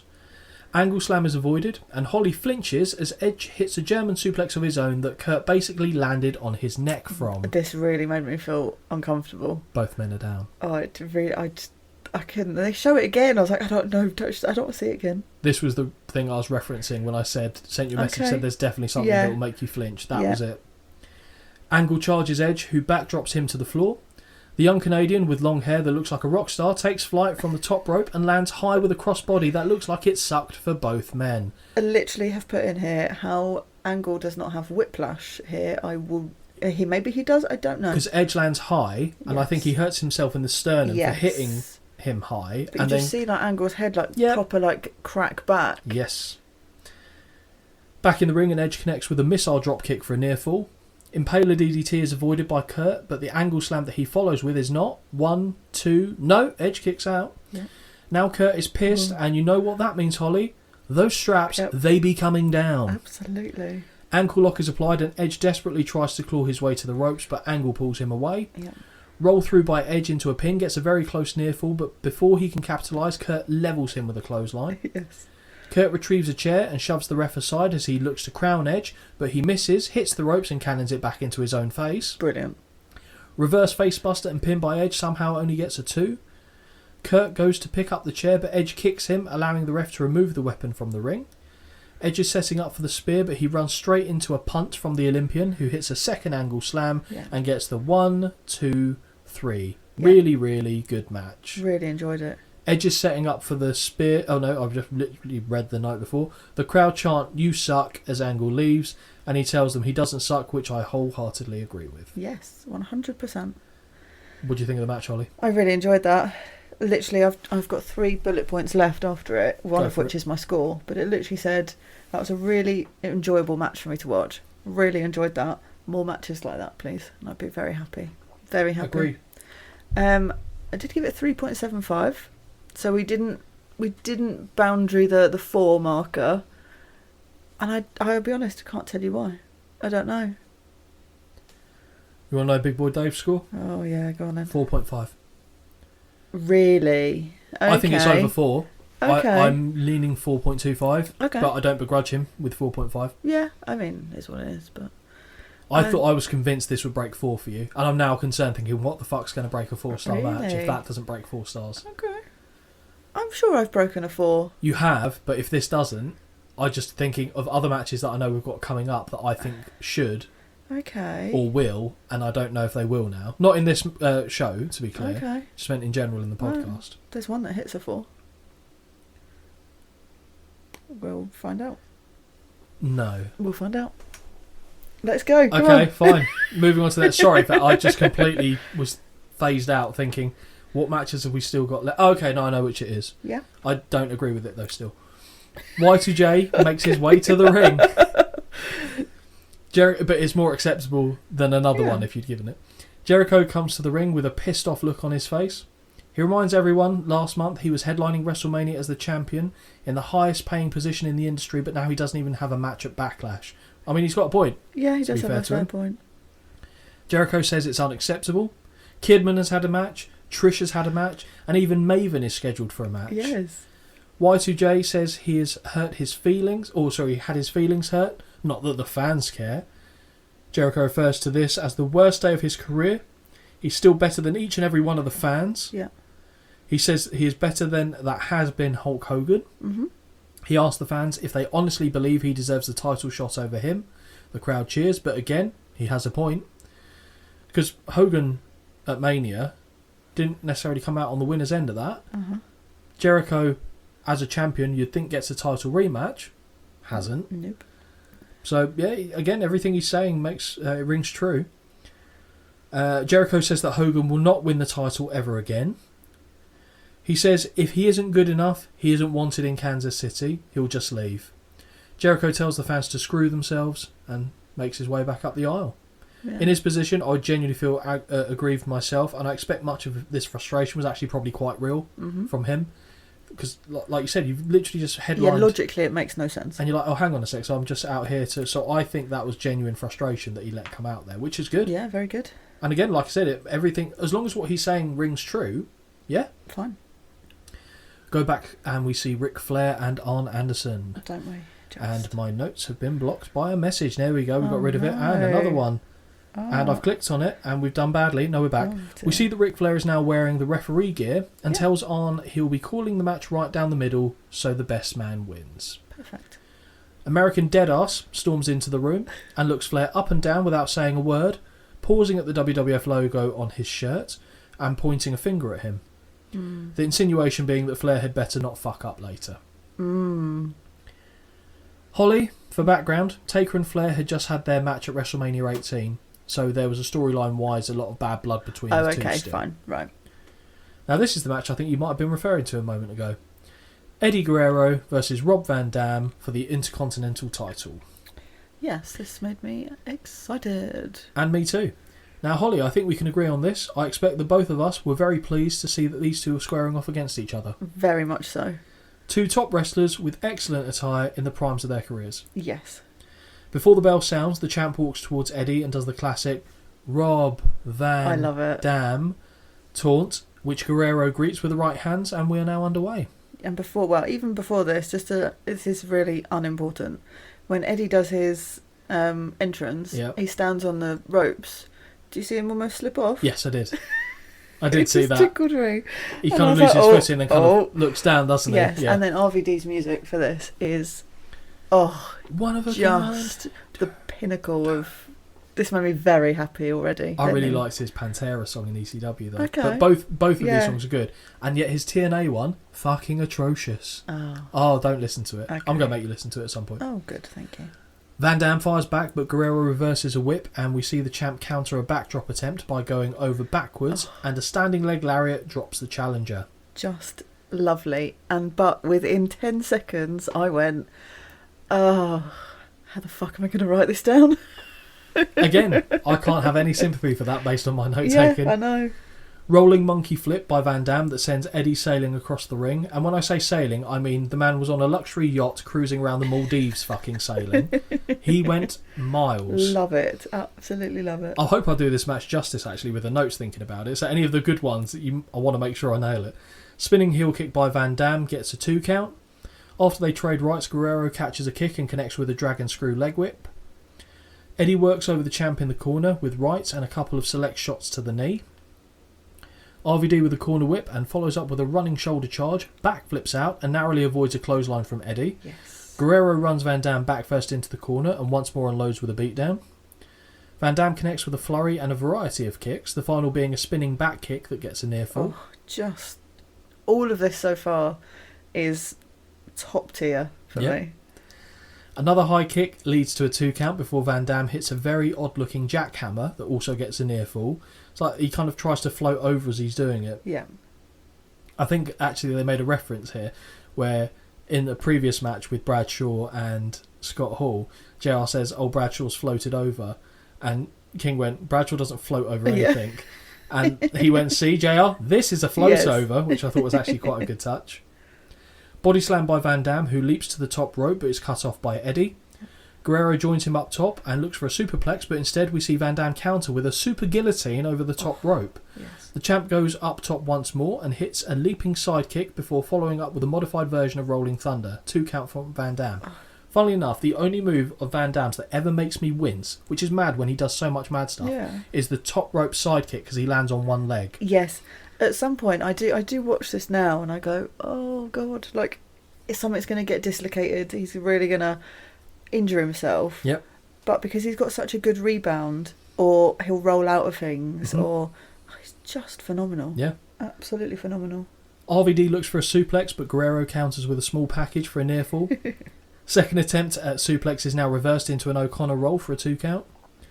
Baseball slide dropkick keeps Guerrero on the outside, and Van Dam just about connects with a moonsault from the apron to the standing challenger. Mm-hmm. Eddie gets draped sternum first over the barricade, and Holly, we know what is coming. This I don't like. This makes Rob me nervous. Van Dam, and a spinning leg drop from the apron over the back. He hits the back, to be fair, so that's why it doesn't bother me. No, it's not even a neck thing. It's a, how are you landing? As in Van Dam? Yes. Fair enough. It's one of these. I thought you meant for the recipient. No. Yeah, he kind of throws a bit of caution to the wind there. He can't make you flinch as much as Cactus Jack doing his stuff to the ringside area that we saw at Beach Blast. Back in the ring, and RVD gets a 2 count. He looks to build momentum with Rolling Thunder, but Guerrero gets the knees up. Yep. Eddie unloads with stomps and connects with a tilt-a-whirl backbreaker. Lovely back suplex, gets a 2 count. Mm-hmm. He kind of drags him down hard, so he's got a bit of whip on it. After a bit of jostling on the canvas, Eddie applies a surfboard variant submission hold, which borders on a dragon sleeper. Incredible flexibility by the champion. Very, very good. Guerrero continues to work over Van Dam's back by applying the Gory Special, which was a move that his dad invented. That submission where he was over the back, so his legs are tied around his and he's stretching them back. So it looks like it'd do quite good for a chiropractor. Yeah, it would, yeah. But I didn't realise actually how small in stature Guerrero was. I mean, he's obviously yoked. Yes. But stature-wise, Van Dam looks like a much bigger man when he's on the back of Eddie, because Eddie nearly loses balance at one point. Where are we here? Sunset flip counter eventually arrives from the champ, and he gets a near fall, but he is soon floored by a clothesline. Leg lariat by Guerrero sets up a tope con hilo, and this gets a 2 count. Yeah. Crowd are chanting RVD as Guerrero with a knuckle lock runs up the rope and hits a Hurricane Rana for a 2 count. I know you like that. I really do. Eddie hits a suplex and transitions to a backdrop driver that earns a near fall. Guerrero informs us that he is feeling froggy and makes his way to the top rope. Van Dam with a couple of well-placed kicks cuts him off at the pass and he joins Guerrero up top. Fucking hellacious sunset flip powerbomb and pin by the challenger gets a 2, and that was tremendous. I audibly was like, wow, that was stunning. The velocity RVD hit the canvas with was incredible, to the point where Guerrero nearly lost the pin because he did it so well that he nearly went over the top. But to me, I thought that was it.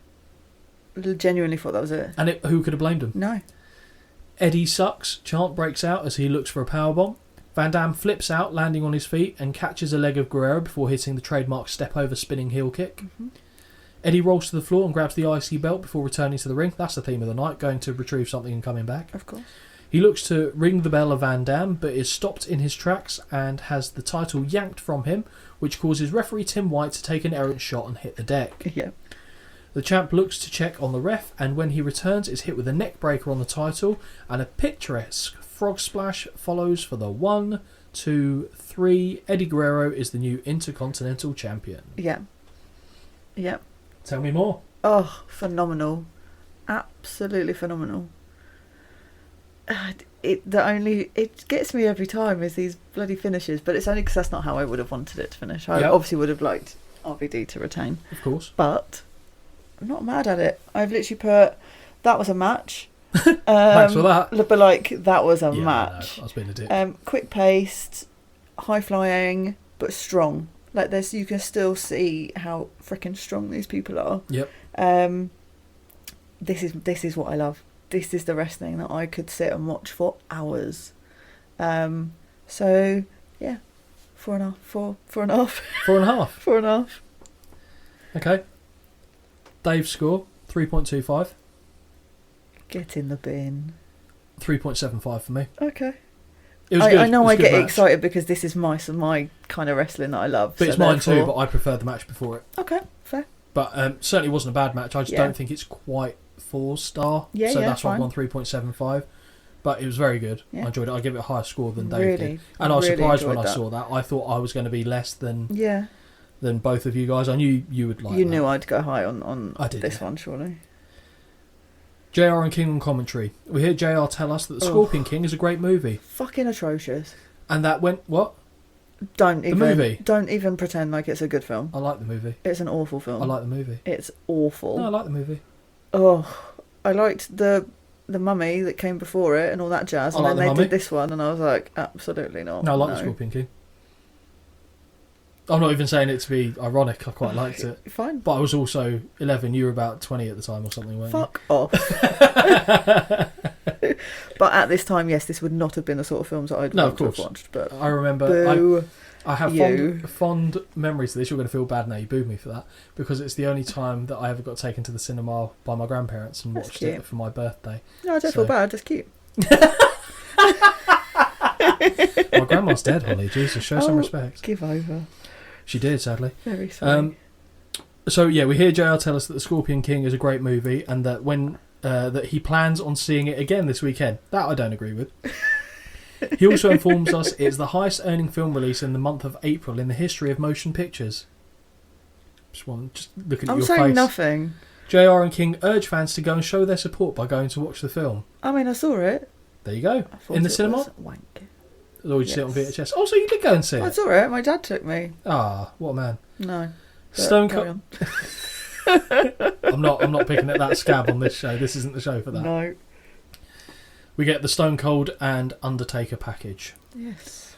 In the video package, we see Flair say that ever since he drafted The Undertaker, he's made his life a living hell. Taker asks Flair if he'll make the right decision and make him the number one contender. Stone Cold comes out, checks his wrist tape watch and says it is time for Ric Flair to make a decision as he wants the opportunity as well. Flair reminds Stone Cold that he ruined what was meant to be a great moment when he agreed to be on Raw and stunned Ric Flair. That doesn't work for Rick. Mm-hmm. Flair announces 2 matches where the winners will go on to have a number one contenders match. We see Deadass beat Van Dam after interference from Eddie, and Stone Cold beat Scott Hall in a WrestleMania rematch, which has led us to this match now. Yes. We of course see Austin stun Flair for a second time, and we see that Flair has animosity towards both men going into him being the special guest referee for the contest. I'm at the point of starting the match now. Yes. I kind of let some of my feelings known earlier. No, what I thought. really? So let's see what you thought on this one. I had no, I'll be honest, no preconceptions. Okay. My only concern is this match is coming off of one that I rated Trez high. 2 matches. Well, yes. So... And we had the Tajiri match. Uh-huh. That is my main concern here. And you know that... I know one of the other fucking matches that's coming, so I knew that wasn't going to... I'll be honest. ...pique my interest. I knew the 3 matches that were coming at this point. I wasn't excited for any of the fuckers. Oh, no. But I went into it with an open mind. And I just hope... Honestly, at this point, I just hoped for the rolling entrance. Which you get. Yes, I do. So I mentioned it before, the match that they had at... Was it King of the Ring? Oh, I can't remember. That they had? I think it might have been either way. The main event. And it was just a dreadful, miserable thing for me to see. Okay. And I believe that Dave actually rated it way higher than I did. So that was very much in my mind. Yeah. And to be fair, going into watching the match that I'm referring to now, I wasn't expecting it to be bad. Okay. I like Stone Cold. Yes. I like the Dead Man version of The Undertaker. I don't like this version of The Undertaker. And I think during this match I remember why. I've actually pinpointed why really? I don't like him. Okay, that's interesting. And I just thought, do you know what? It can't be worse than that. Okay. So open I mind. felt a bit positive. Yes. I didn't think I'd like it, but I felt a bit more positive. Okay. The more I kind of dug into it. So Ric Flair makes his way to the ring in referee gear and red shoes as though he thinks he will be officiating in the Tokyo Dome for New Japan. For anyone who watches New Japan, you'll get the reference. Holly's staring at me like I just shat on the floor, if I'm honest. Holly also then starts bopping along like our friend from the Progress show in 2023, and Limp Bizkit begins playing, and the American Deadass bikes his way to the ring. Oh, I'm sorry. I love it. I really do. Yes, I love it. I don't fucking do that. Yeah, you do. No, I do not. Do you teach the kids anything like that? No, you should. Not. You should. No, I shouldn't. When he enters, he's trying to intimidate Flair, who simply keeps walking away from him. Thankfully, we are now back to the great version of Austin's entrance theme, as the Disturbed take was never enjoyable for me. Did you know it's Disturbed that did the other version? I still like them. Well, not for that. Not for that, yeah, exactly. Yeah. Austin salutes the crowd in all 4 corners, and I sigh at the thought of the last match I saw between these 2 men.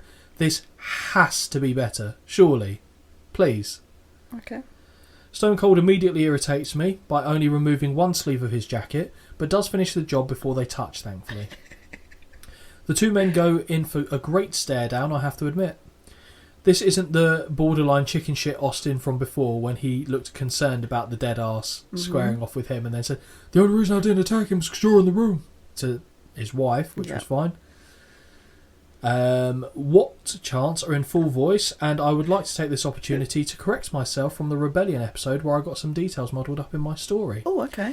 So it was actually Stone Cold that called Christian, couldn't get through to him, so left a voicemail to just pass the time. It was Stone Cold that was going by saying, "I'm at the station, I'm going to do this, what? I'm going to go sit down and have a sandwich, what?" So it was actually Stone Cold that started doing it to Christian, and then it went from there. Oh, okay. I somehow conflated the facts in the story, so I'll hold my hands up on that one. I got it the wrong way round. Side headlock by Taker sees him get shoved off and drops the rattlesnake with a shoulder tackle. Austin rolls out the ring and gathers himself before returning. Yeah. This is the badass Undertaker shit I can't understand and just can't support. Oh. So this was me realising the moment. Yes, we understand you're an MMA fan, but in no circumstances do I believe you're an MMA fighter, so cut the shit and stop holding your hands up because you think you are now an elite level fucking striker. Oh, you really are angry. Well, it's just like he's wearing MMA gloves and he's fucking getting ready like he's going to go in there and fucking fight John Jones. Are they not meant to be like biker gloves? No, they're bitch gloves. Like, honestly, that's it. That's why I don't like him. And also, the red hair. Like, I'll be honest, it just looks odd. Oh, okay. Like, you don't...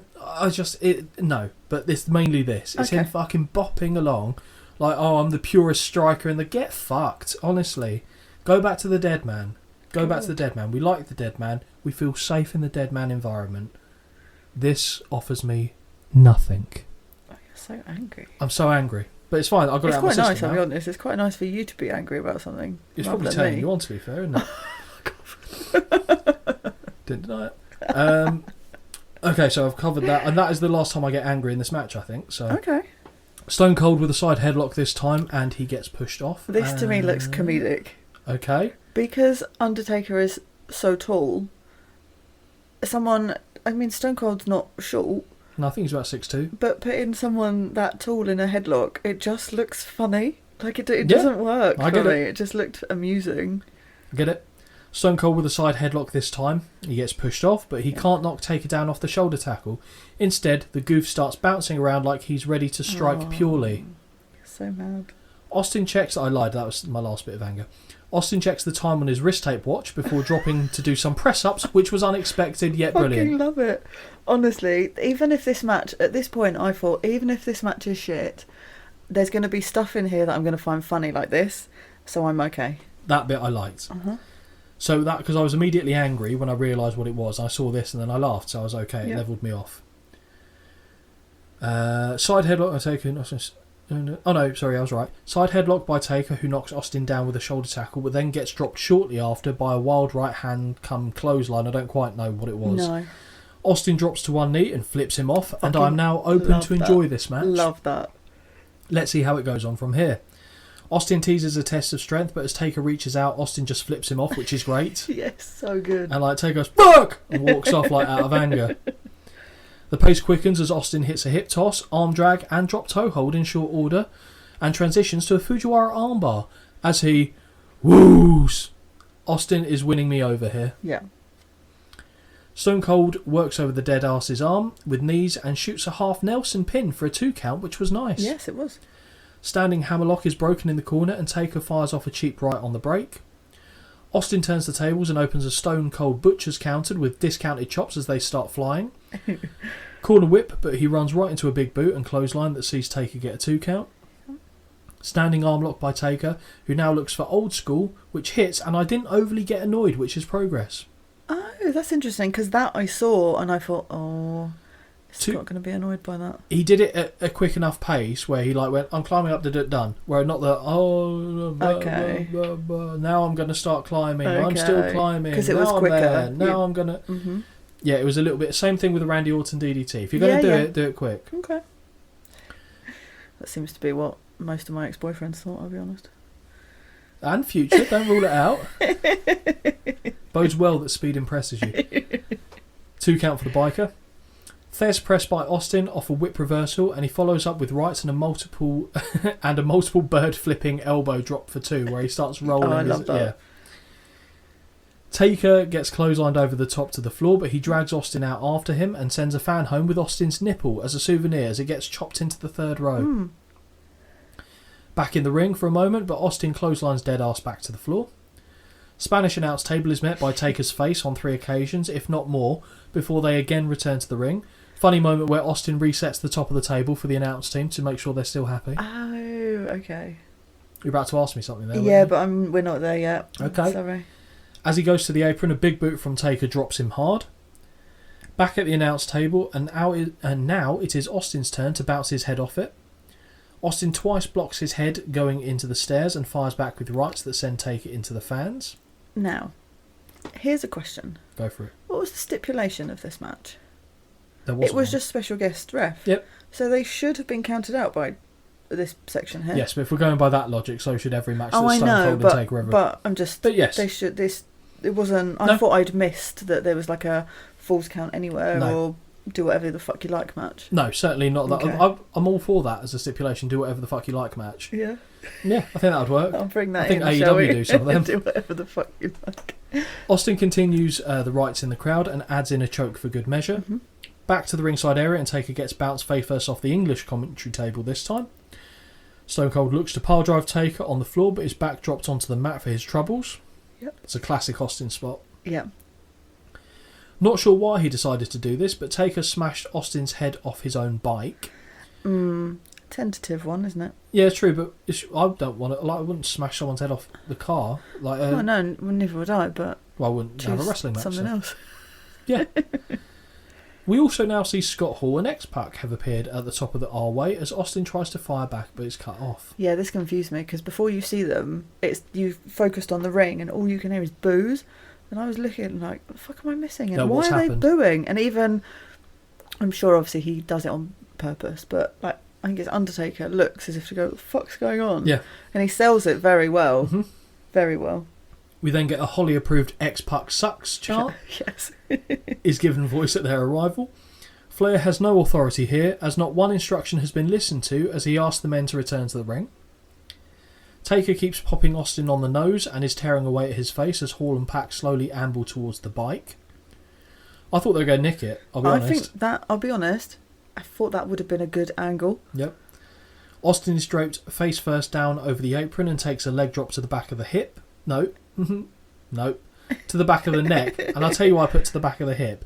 Because my next comment is, and we now have the answer as to why Undertaker needed hip replacement surgery. Yeah. Too fucking right. Taker begins kicking away at the knee of Austin and drops the elbow drops the elbow too, excuse me. He screams at Flair to ask him as he finds various ways to talk the leg of the bionic redneck, which I always liked as a nickname. Yeah. Stone Cold slowly inches his way to the ropes to force the break and starts firing back until Taker cuts him off with an ugly clothesline for a 2 count. Chinlock by Taker, who transitions to a neck crank, and the audience have gone silent. Yeah. Stone Cold briefly escapes thanks to a rake of the eyes and looks to apply a sleeper off a whip reversal, but Taker puts him down with a back suplex. Very deliberate count by Flair. Stone Cold kicks out at 2. Mm-hmm. Back to the neck crank until Austin fights his way free and the crowd chant "What?" with each blow. Stunner attempt is blocked and a clothesline that followed by Taker gets a 2.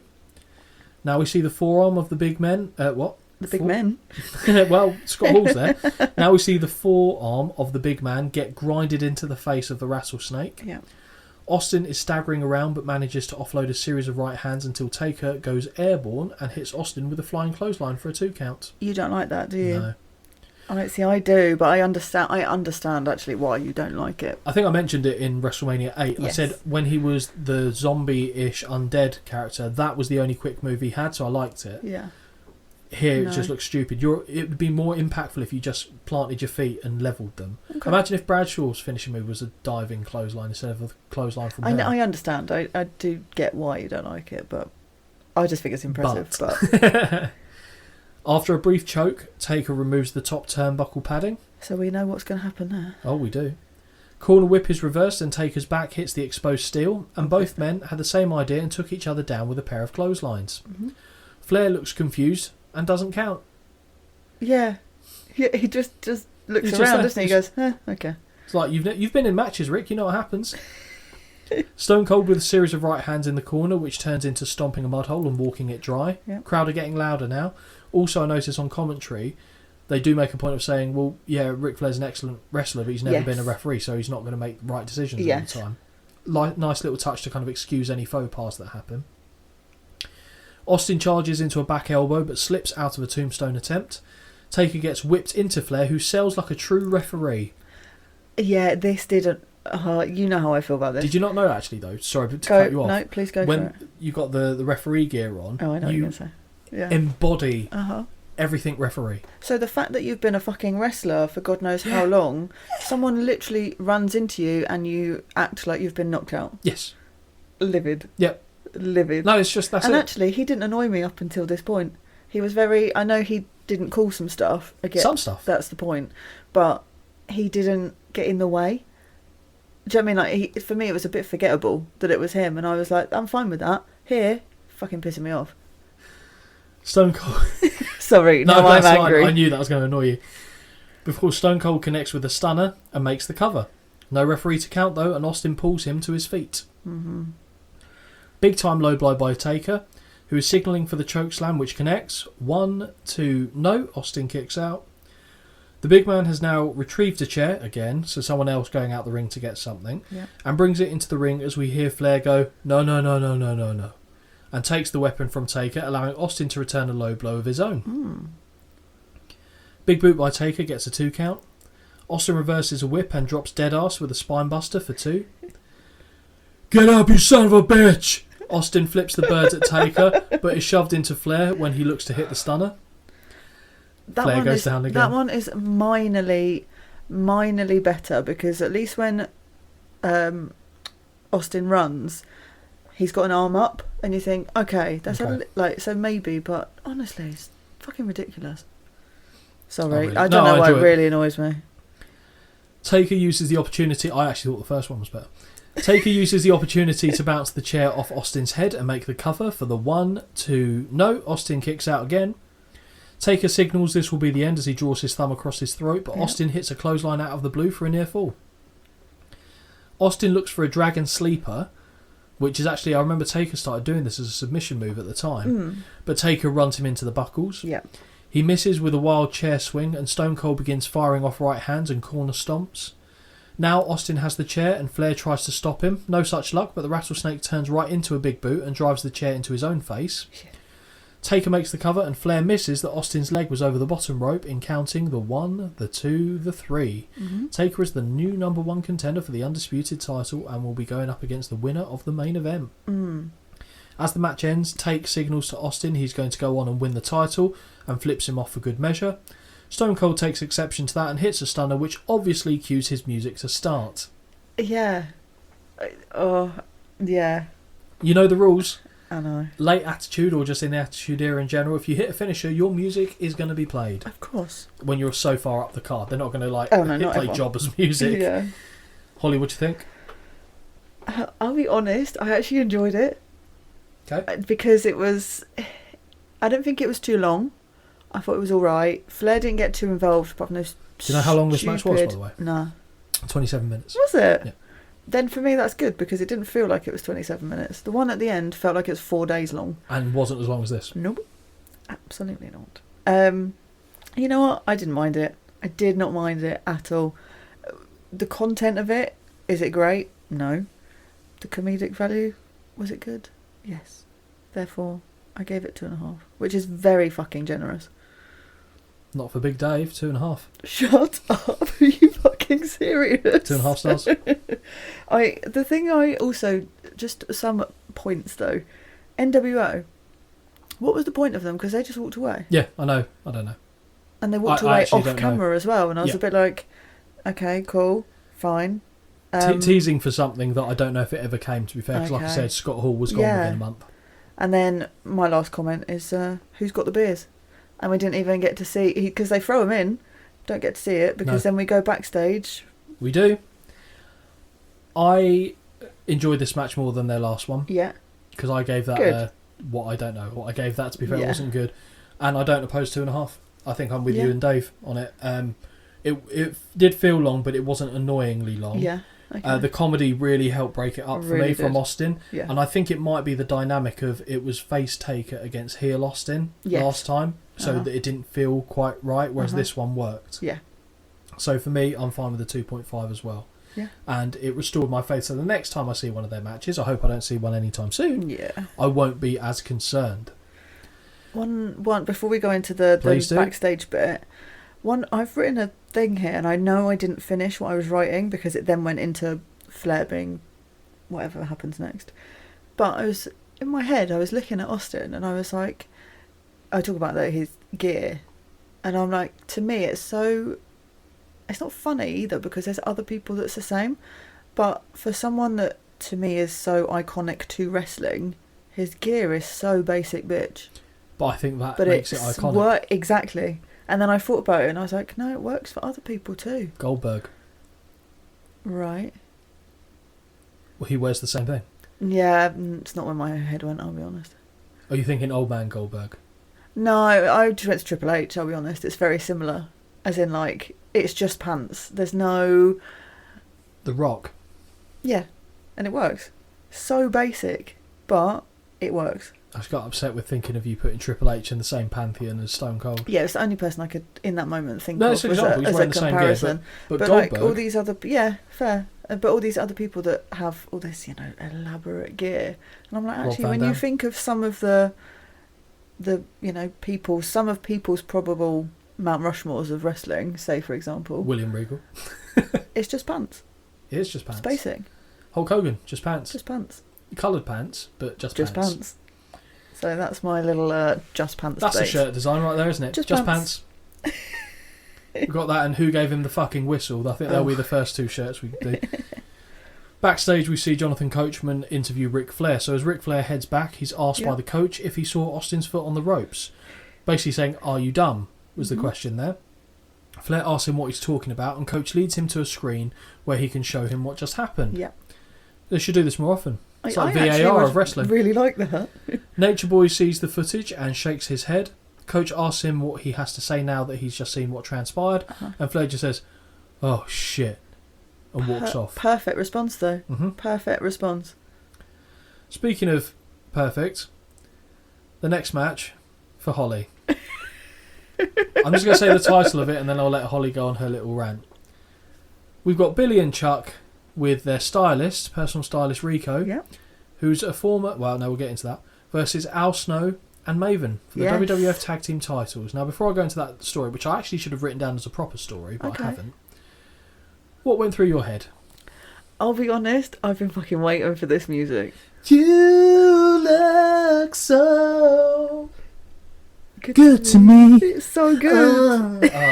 It's so funny. Unbelievable. It's so funny, but it's so funny because it's so bad. It's for me, it's one of these, it's so bad, it's good. Like, it's so cringe. Fucking, I love it. What do you think about Rico's gear?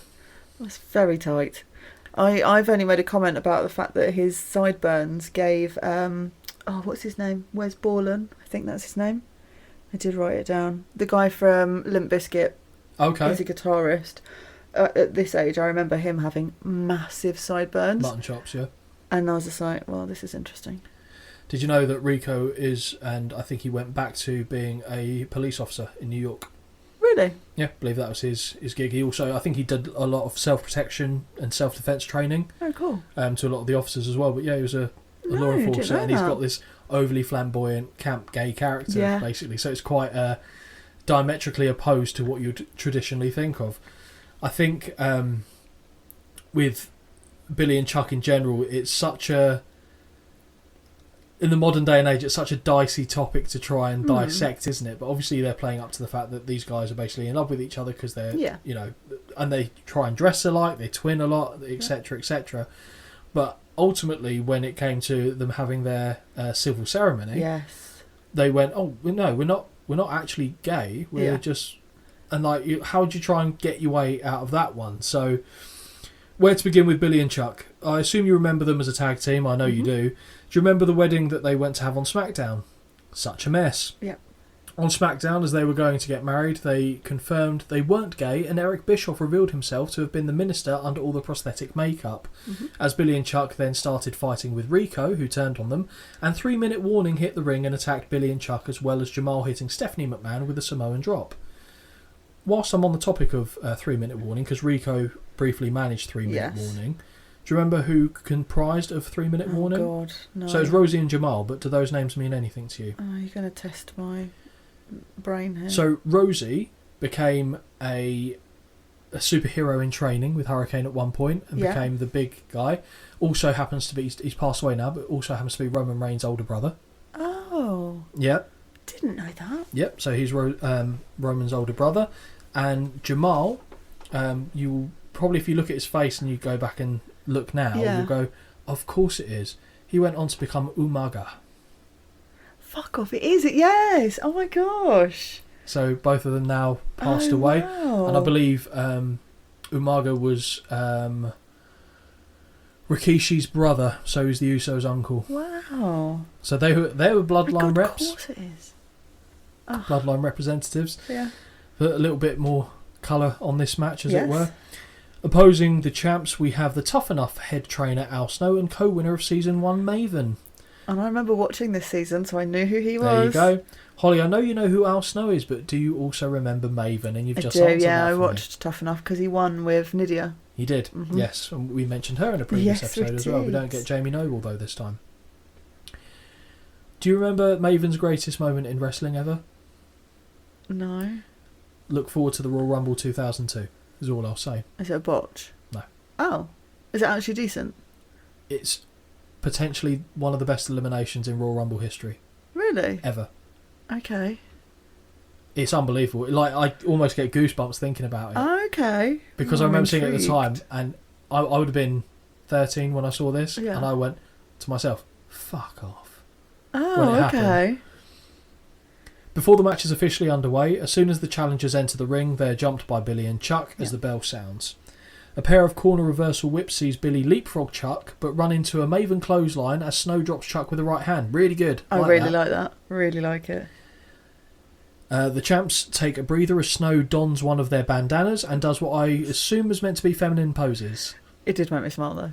Of course. Oh, yeah. I'm not saying it wasn't funny. I just don't quite know what was going through his head when he did it. Yeah, like to me, it was like, some sort of like modelling like pose. Yeah, it was very amusing. Nice pouting, brother. Thank you. Well, aim to please. Maven gets pulled out of the ring and is thrown back first into the barricade before being returned to the ring. Chuck stomps away on Maven before tagging Billy in. The Tough Enough winner starts to fire back, but whips Billy into the ropes, knocking Snow off the apron. Which we all know is coming, because why has Al Snow stood in the middle of? Because he's arguing with Rico, Holly. But don't break my immersion. Come on. Snow off the apron. He then drops the future daddy ass with a DDT. Look at those mutton chops on Rico. A man who looks like the love child of Wolverine and Liberace. Liberace, excuse me. Maven looks to make the tag, but is pulled away by Billy, who tags Chuck back in. Al Snow storms into the ring and throws some right hands before the referee moves him back to the corner. Nice enziguri by Maven catches Chuck behind the ear, and both men are down. We get a very mild tag. It's not a hot tag to Al Snow, who drops the champions with a series of clotheslines before a big backdrop on Chuck and Sesame Street corner punches on Billy. Love that. Finally got them on the show. Love it. As Rico's distracting the ref, Chuck smashes Snow with a clothesline from the apron, stopping all of his momentum. Swinging neckbreaker by Billy gets 2. Chuck back in with a snapmare and arm stretch submission as the fans chant, "Rico's gay, Rico's gay." Yes, and can you work out what he says back to them? Because it has them laughing. Yep. To which he responds, "I'm not anymore!" Yeah, I thought that's what he said, because I did try and rewind it, because I just wanted to know why the crowd were laughing. And I think he's the only person in history who can switch that on and off. Okay. So, I mean, it's not a choice, but to Rico it is, apparently. Yeah, fair. Very nice... Yep, no, that's right. Very nice overhead belly-to-belly throw by Chuck. Gets a near fall. Very nice. You would have liked him when he had his biker gimmick. I remember his song as well. It was so shit. Billy raises his boot on the apron as Snow has run face first into it before getting the tag. Mm-hmm. Corner whip sees Snow slide to stop himself hitting the buckles, which I thought was quite a nice touch. Yes. But so instead of just stopping dead, because that would kind of break the immersion, he has to come up with a reasonable way to do it, which I think he does. Change your opposite face. Last corner whip sees Snow slide. Yep, okay, into the buckles, but he charges right into the opposite set face first. Billy looks to capitalise, but the Stinger Splash sees him find no water in the pool. Oh. Chuck runs in to help his partner, but Snow hits a drop toe hold, so he collides directly with the nads of Billy. Brilliant. Because gay things, basically. Maven, well, that's what they do, isn't it? Well, I just thought it was the whole... It's going to happen in every tag match you got, isn't it? Move out the way so you run into your own partner. But specifically the balls. There's one in TNA that I remember seeing where it was Beer Money, I think it was. Beer Money was Bobby Roode, was half of them, and James Storm, who you won't be familiar with. And there was a moment where one of them was kind of down on all fours and the other one had their legs taken out behind them and they were just kind of leaning on each other, so it looked like basically Roode was giving Storm the sauce. Okay. So that kind of stuff, and you go, oh, okay, fine. Right. Yeah. But I think it also lands differently when you see that obviously they're trying to be set up as the gay tag team, so it's kind of Cheap heat, I'd say. Yeah. Cheap heat. Maven now legal, and he hits the champs with a flurry of rights. Did you know he was a support teacher, by the way, Maven? Yes, I did, actually. Maths, I think it was. With a flurry of rights, an impressive drop kick to Chuck that sent him to the outside. Speaking of wrestlers being teachers, tell you who was also a teacher in some capacity, Matt Hyson, who you won't know his real name, but Spike Dudley. Oh, okay. Yeah. Billy blindsides Maven, and after the rookie ducks too early off a whip, is hit with a Fame-Arser. Billy makes the cover, but from the floor, Al pulls Maven out of the ring, which was clever. Yeah. Snow re-enters by rolling himself over the back of Billy. I like that, but walks right into the super kick from Chuck, and you could see that coming. Oh, when the way Chuck was standing, I was like, he's going to walk into something here. Yeah. But still, even knowing that was coming, good. Yes. Doesn't always mean it has to not be what I expect. No. Chuck is now holding Maven in place, but a spinning sidekick from Rico, which is fucking phenomenal, isn't it? Is ducked and sends Chuck to the outside. Reversal of a corner whip by Maven sees Billy dropped by a spinebuster come power bomb from Snow. Again, it's a bit like that lowdown move from Kidman earlier in the night. Maven heads up top and connects with a crossbody and gets a very close 2 count. Yeah. Rico then slides back into the ring but is chased by Al Snow, and during all this confusion, Chuck hits a super kick on Maven. Oh, yeah. Billy falls on top for a pin and gets the 1, the 2, the 3. The champions have retained their titles. Yeah. Holly, what do you think? It was alright. But the music again? It was alright because it I don't know, it's just the nostalgia to me. Score wise, I gave it 1. Just to give it 1. Didn't hate it, didn't love it. Good to hear that music again. That's it. Big Dave. How has he gone minus? 2.25. What? I think you're a little bit low as well, I'll be honest. Really? I'm not as high as Dave. I'd say 1.75. 2.25. I think 1.75 was kind of where I landed. It was fine, but you knew it. Well, the thing is, I understand you have to bring the crowd down before the main event, but in this instance, I don't know. I feel like they should have done something different because the main event isn't going to be a barn burner. True. It's going to be a Hogan match. Yeah. It's the only way to put it, and we get so many of the Hogan tropes and rehashes and stuff. And to be fair, the crowd are enjoying it. Yes. Because he's been away for so long in terms of the WWF audience. He hadn't actually been away that long when you consider WCW. But that is the only match left on the card. And from here, Holly, we go to the video package for Triple H and Hogan. Don't we just? Vince McMahon says he doesn't succumb to peer pressure, and quite frankly, he knows what the people want better than they do.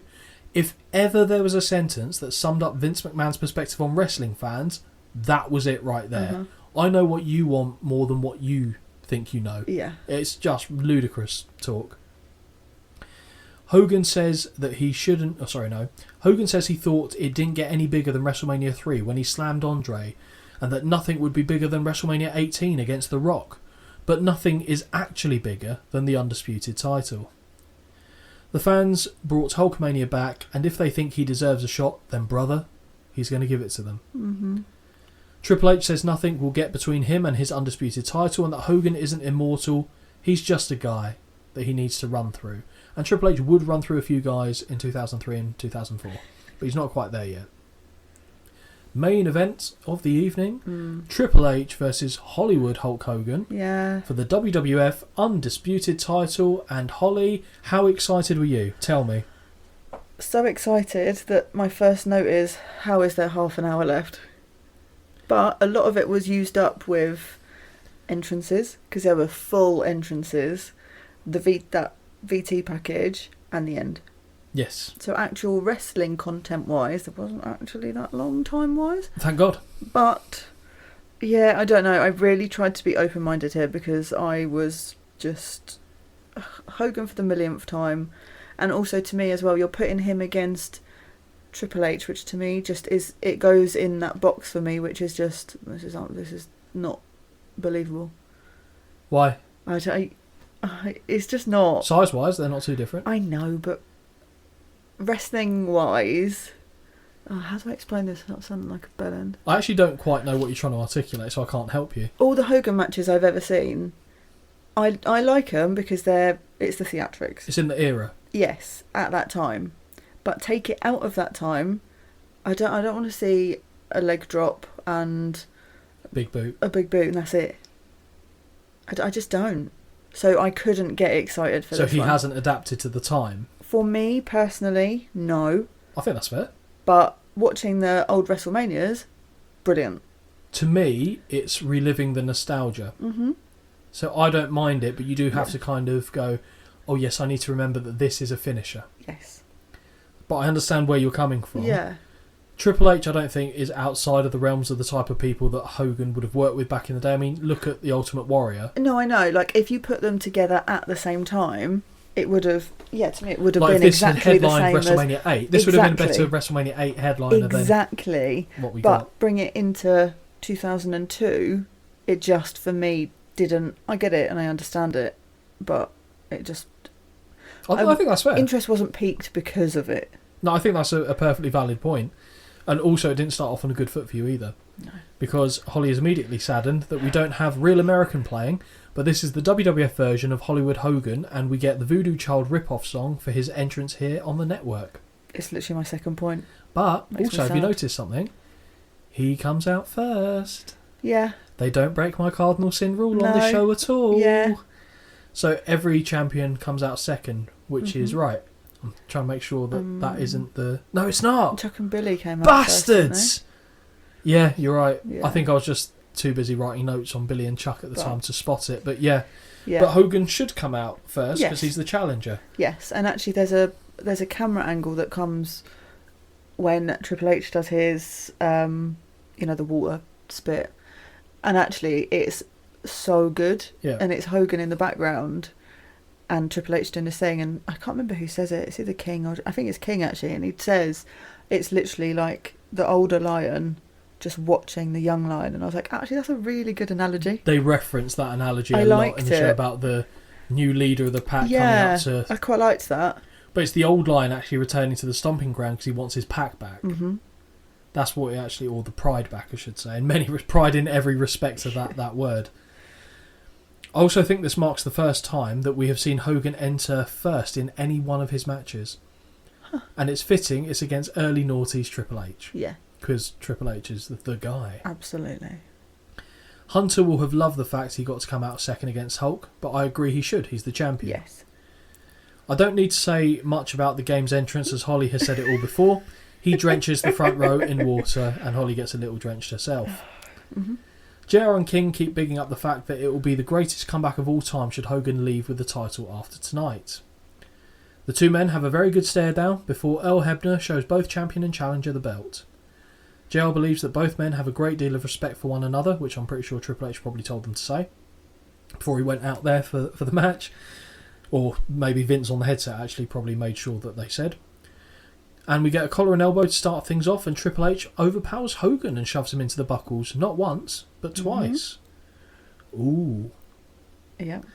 Hogan chants, and as Hogan begins looking at them, Triple H gets in his face telling the Immortal One to focus on him, not the crowd. Yes. Like that. Yep. Third collar and elbow sees Triple H sent flying into the corner dramatically, and Hogan does his posing routine to a loud reception. Yes. Triple H initiates a test of strength, and as Hogan starts to get the better of it, Triple H sells it well by shaking, but eventually it is the game who gets Hogan to his knees. Mm-hmm. We're back to Warrior Mania 6, aren't we? The Hulkster gets back to his feet, but Hunter uses a top wrist lock eventually to return Hogan to a knee. It was kind of awkward the way he tried to grab it, to be honest. I don't think Hogan knew what he was going for, which obviously unsettles and scares Hogan. After a while, Hogan gets back to his feet and turns the top wrist lock into a side headlock. Mm-hmm. Triple H pushes him off, but he knocks the champion down with a shoulder tackle before posing to taunt. This one match, I don't think I had to pause once because it went at such a pace I could keep up with it. Yep. Collar and elbow see Hogan backed into the corner, and Triple H slaps him in the face after breaking the hold.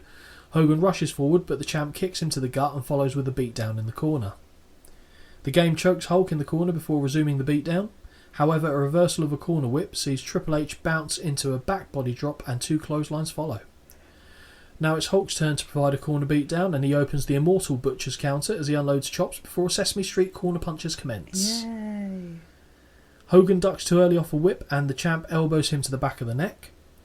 Triple H charges Hulk and finds himself elevated over the top rope to the floor. Mm-hmm. Hulk drives Triple H face first into a ring post. Drink. Before whipping the champion into the barricade. Well-placed finger to the eyes by Triple H sees the champion look to hit a suplex on the floor, but it gets blocked and Hogan hits one of his own. That's a bit different by Hogan. Yeah. Eye rake by the challenger, but Triple H prevents his head from going into the stairs and the two men return to the ring.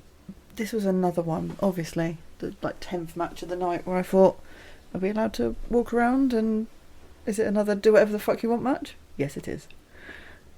It's not too bad. It's not as bad as the other one, but... It's one of those ones that's part and parcel of the era, so I just kind of have to overlook it, otherwise it's going to ruin everything. Yeah. Corner beat down by Triple H, who power whips Hogan into the buckles. Second corner whip sees Hulk stumble into a pedigree attempt, but he counters and catapults the game into the corner. You like a catapult, don't you? I really do. Schoolboy roll-up gets a 2 count. Running corner clothesline by Hulk, who follows with a few rights before delivering a second corner clothesline charge. Hogan then follows this up with a diamond cutter, which was surreal to see. Oh, yes. Because it was like, I think he went to go for a neck break and Triple H didn't know what he was going for, so this is just how it kind of landed. Hogan lifts Triple H up, but the champ slips out the back door and hits a chop block. Hunter continues to work over the knee of Hogan with another chop block and smashes Hulk's knee over the ring apron and around the ring post. Yep. We're not getting a drink for that one. There we go. We hear Hogan say, "Oh God." More chop blocks in the ring and further damage is dealt out to the knee. Yes, no, he's starting the engine. Hogan's starting that engine. As the champ continues to stretch the knee, the crowd begins to rally behind the challenger. Triple H looks for a figure 4 but is pushed off, but immediately goes right back to a chop block and further torque is applied to the joint. Second figure 4 attempt is countered and sends Triple H face first into the buckles. The champ comes roaring back with a flurry of mounted rights and a choke. On the third attempt, the figure 4 is applied. Yes. Hogan clutches at the collar of Earl Hebner and Triple H keeps slamming himself backwards to apply further pressure. If that doesn't work, grabbing the ropes will do it, which he then does. I can't with this. It's the Hogan when he grabs the collar. Yeah. I don't know. I think I'd maxed out, I'll be honest, at this point, and we'd barely even touched the surface. No, I think we're kind of at a meaty point into the match. There's only one thing I'm waiting for in a Hogan match. The Hulk up. The finger wag. That is all I wait for. So Hogan tries to roll over to reverse the pressure, but the game grabs the ropes to prevent it the first time, but eventually the hold is reversed temporarily. Back on their feet and the champ applies a sleeper hold, which brings the contest back to the mat. Of course he does. Holly, can you do the honours, please? I'm asleep. Shock. He's awake. Hogan fires up and hits a back suplex to free himself, and now both men are down. Blocked punch and a right hand from Hogan, followed by a few more. Axe bomber by the Immortal One. That used to be his finisher in Japan. Oh, okay. By the Immortal One, who follows up with a big boot and a leg drop. We see Y2J sprint to the ring with a chair, and he yanks Earl Hebner to the floor before decking him. Hogan grabs Jericho through the ropes, but is cracked in the head with a steel chair. Y2J is frantically trying to wake Earl Hebner, who he punched. Yeah. But Triple H drags him away, hits him with a facebuster, and clotheslines him to the floor. Now we get our proper Hulk up. I was just thinking, as soon as I saw the Hulk up, I was like, I don't know how Holly feels about this at this point of the match, because I didn't think you'd be enjoying it, but I knew you liked Triple H in this era as well. I really do. God, it must have been a right struggle, this one. It really was. Second big boot connects, but the leg drop misses. Pedigree from the champion, and Earl Hebner slowly starts to make the count. As he reaches 2, Deadass appears and punches him in the side of the head, which I'll be honest, I fucking laughed. It's just comedic it's at just this point. 1, 2, you're done. Yeah. Great. Cheeky little shot there. Where are we on the notes? Yep, so big chair shot to the face of the game courtesy of Taker, who drags Hogan into a pin, but no.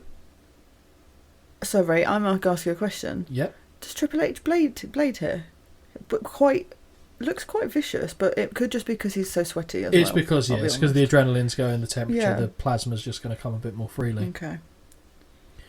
Hogan refuses to cover and sends Taker to the floor with a clothesline. Leg drop to the prone champion, who has bladed for the business. And we get the 1, the 2, the 3. Hulk Hogan, after 9 years, has won the WWF Undisputed title, and Hulkamania is running wild once more. Taker has a wry smile as he walks back up the aisleway. A bloody Triple H spins Hogan around and is shaking with rage as the two men stare one another down. He offers his hand. JR questions whether he means it, but it is genuine and the two men shake hands. Hogan finishes the show off celebrating his championship win, and once again Hogan is back on top. Yeah. Holly, what do you think of the match? I didn't hate it as much as I thought I would. Okay. I didn't love it.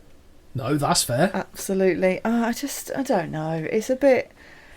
I feel like with Hogan, as I've said before, back in the day, watching them now, really, really enjoy those matches. And I think it's great. And I understand why he was such a big thing. But, like, for me, when I was watching wrestling, this is probably around about roughly where I... Not started, but, you know, this would have been the new era for me. Yep. So for me, I'm immediately livid. Because I'm a big Triple H fan. Wow, someone had to be. It didn't work for me then, but it reminded me watching it of how annoyed I was, like, at this time. I don't know. I did give it 2 out of 5. Okay. Because there were actually some moves in there that Hogan did that I've not seen him do in a long time. What, suplex on the floor being Yeah, one of that's them? it. That's the move. There it is. Theatrics and the crowd loving Hogan effectively crowd made it for me. 2, I think, is horrendously generous for me. Like, horrendously so. If I could remark it now, I would, but I don't do that. I just don't do that. And also, when it ended, I was a bit like, I don't care. Like, I just didn't care. Because realistically... Didn't get the theme you were used to either. Exactly. And also, realistically, I mean, I don't know, you might know. How long did he hold this for after? You want my actual answer? Do you know? Yeah. How long? A month. Again. He might have lost to the person that became number 1 contender. Okay.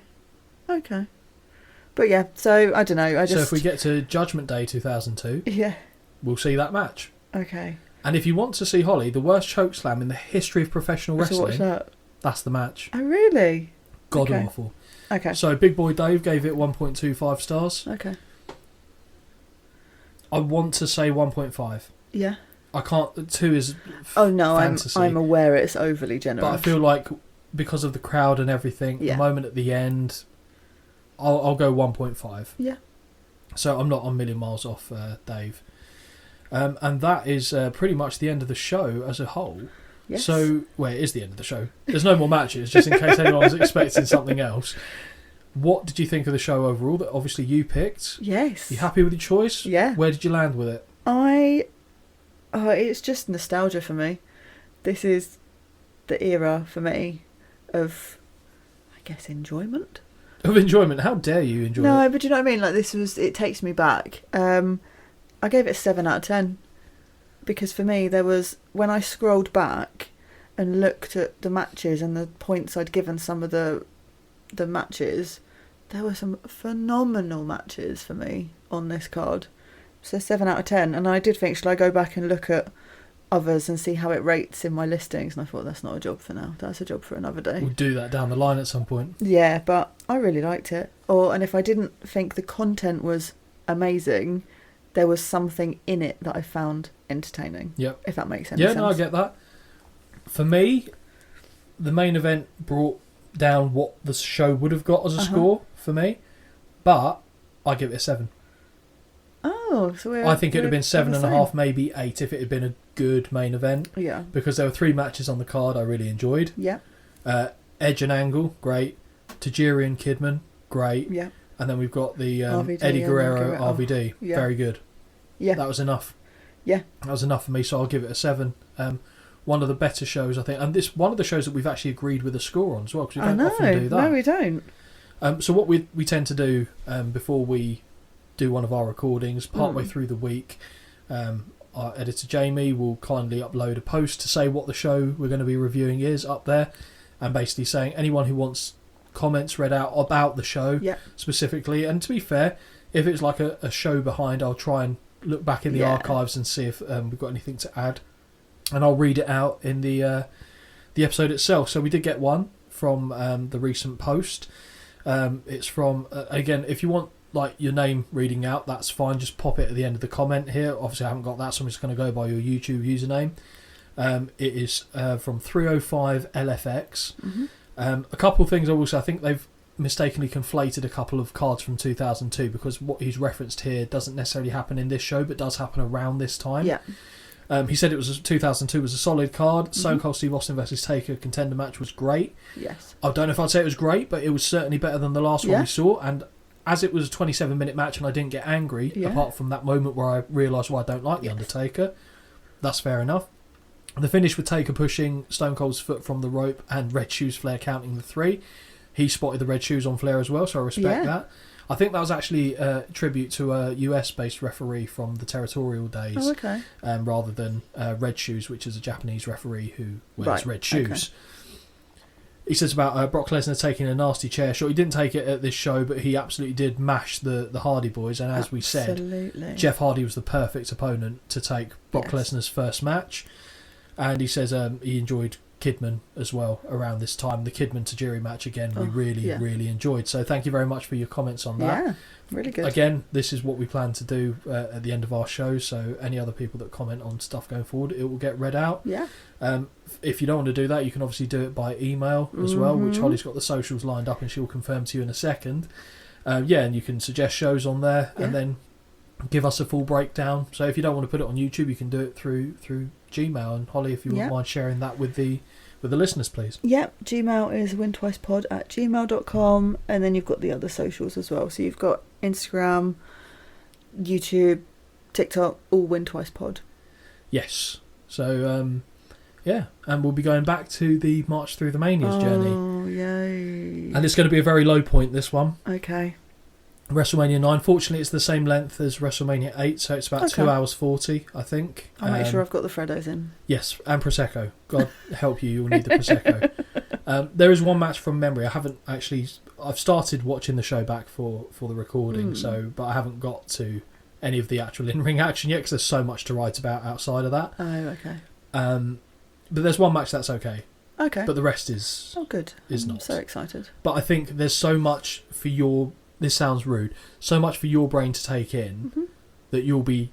That doesn't sound rude. I understand. A bit exactly bewildered looking at everything that's going on because of the mise-en-scène. Overly stimulated. Massively so. I'm borderline overstimulated with what I'm seeing here.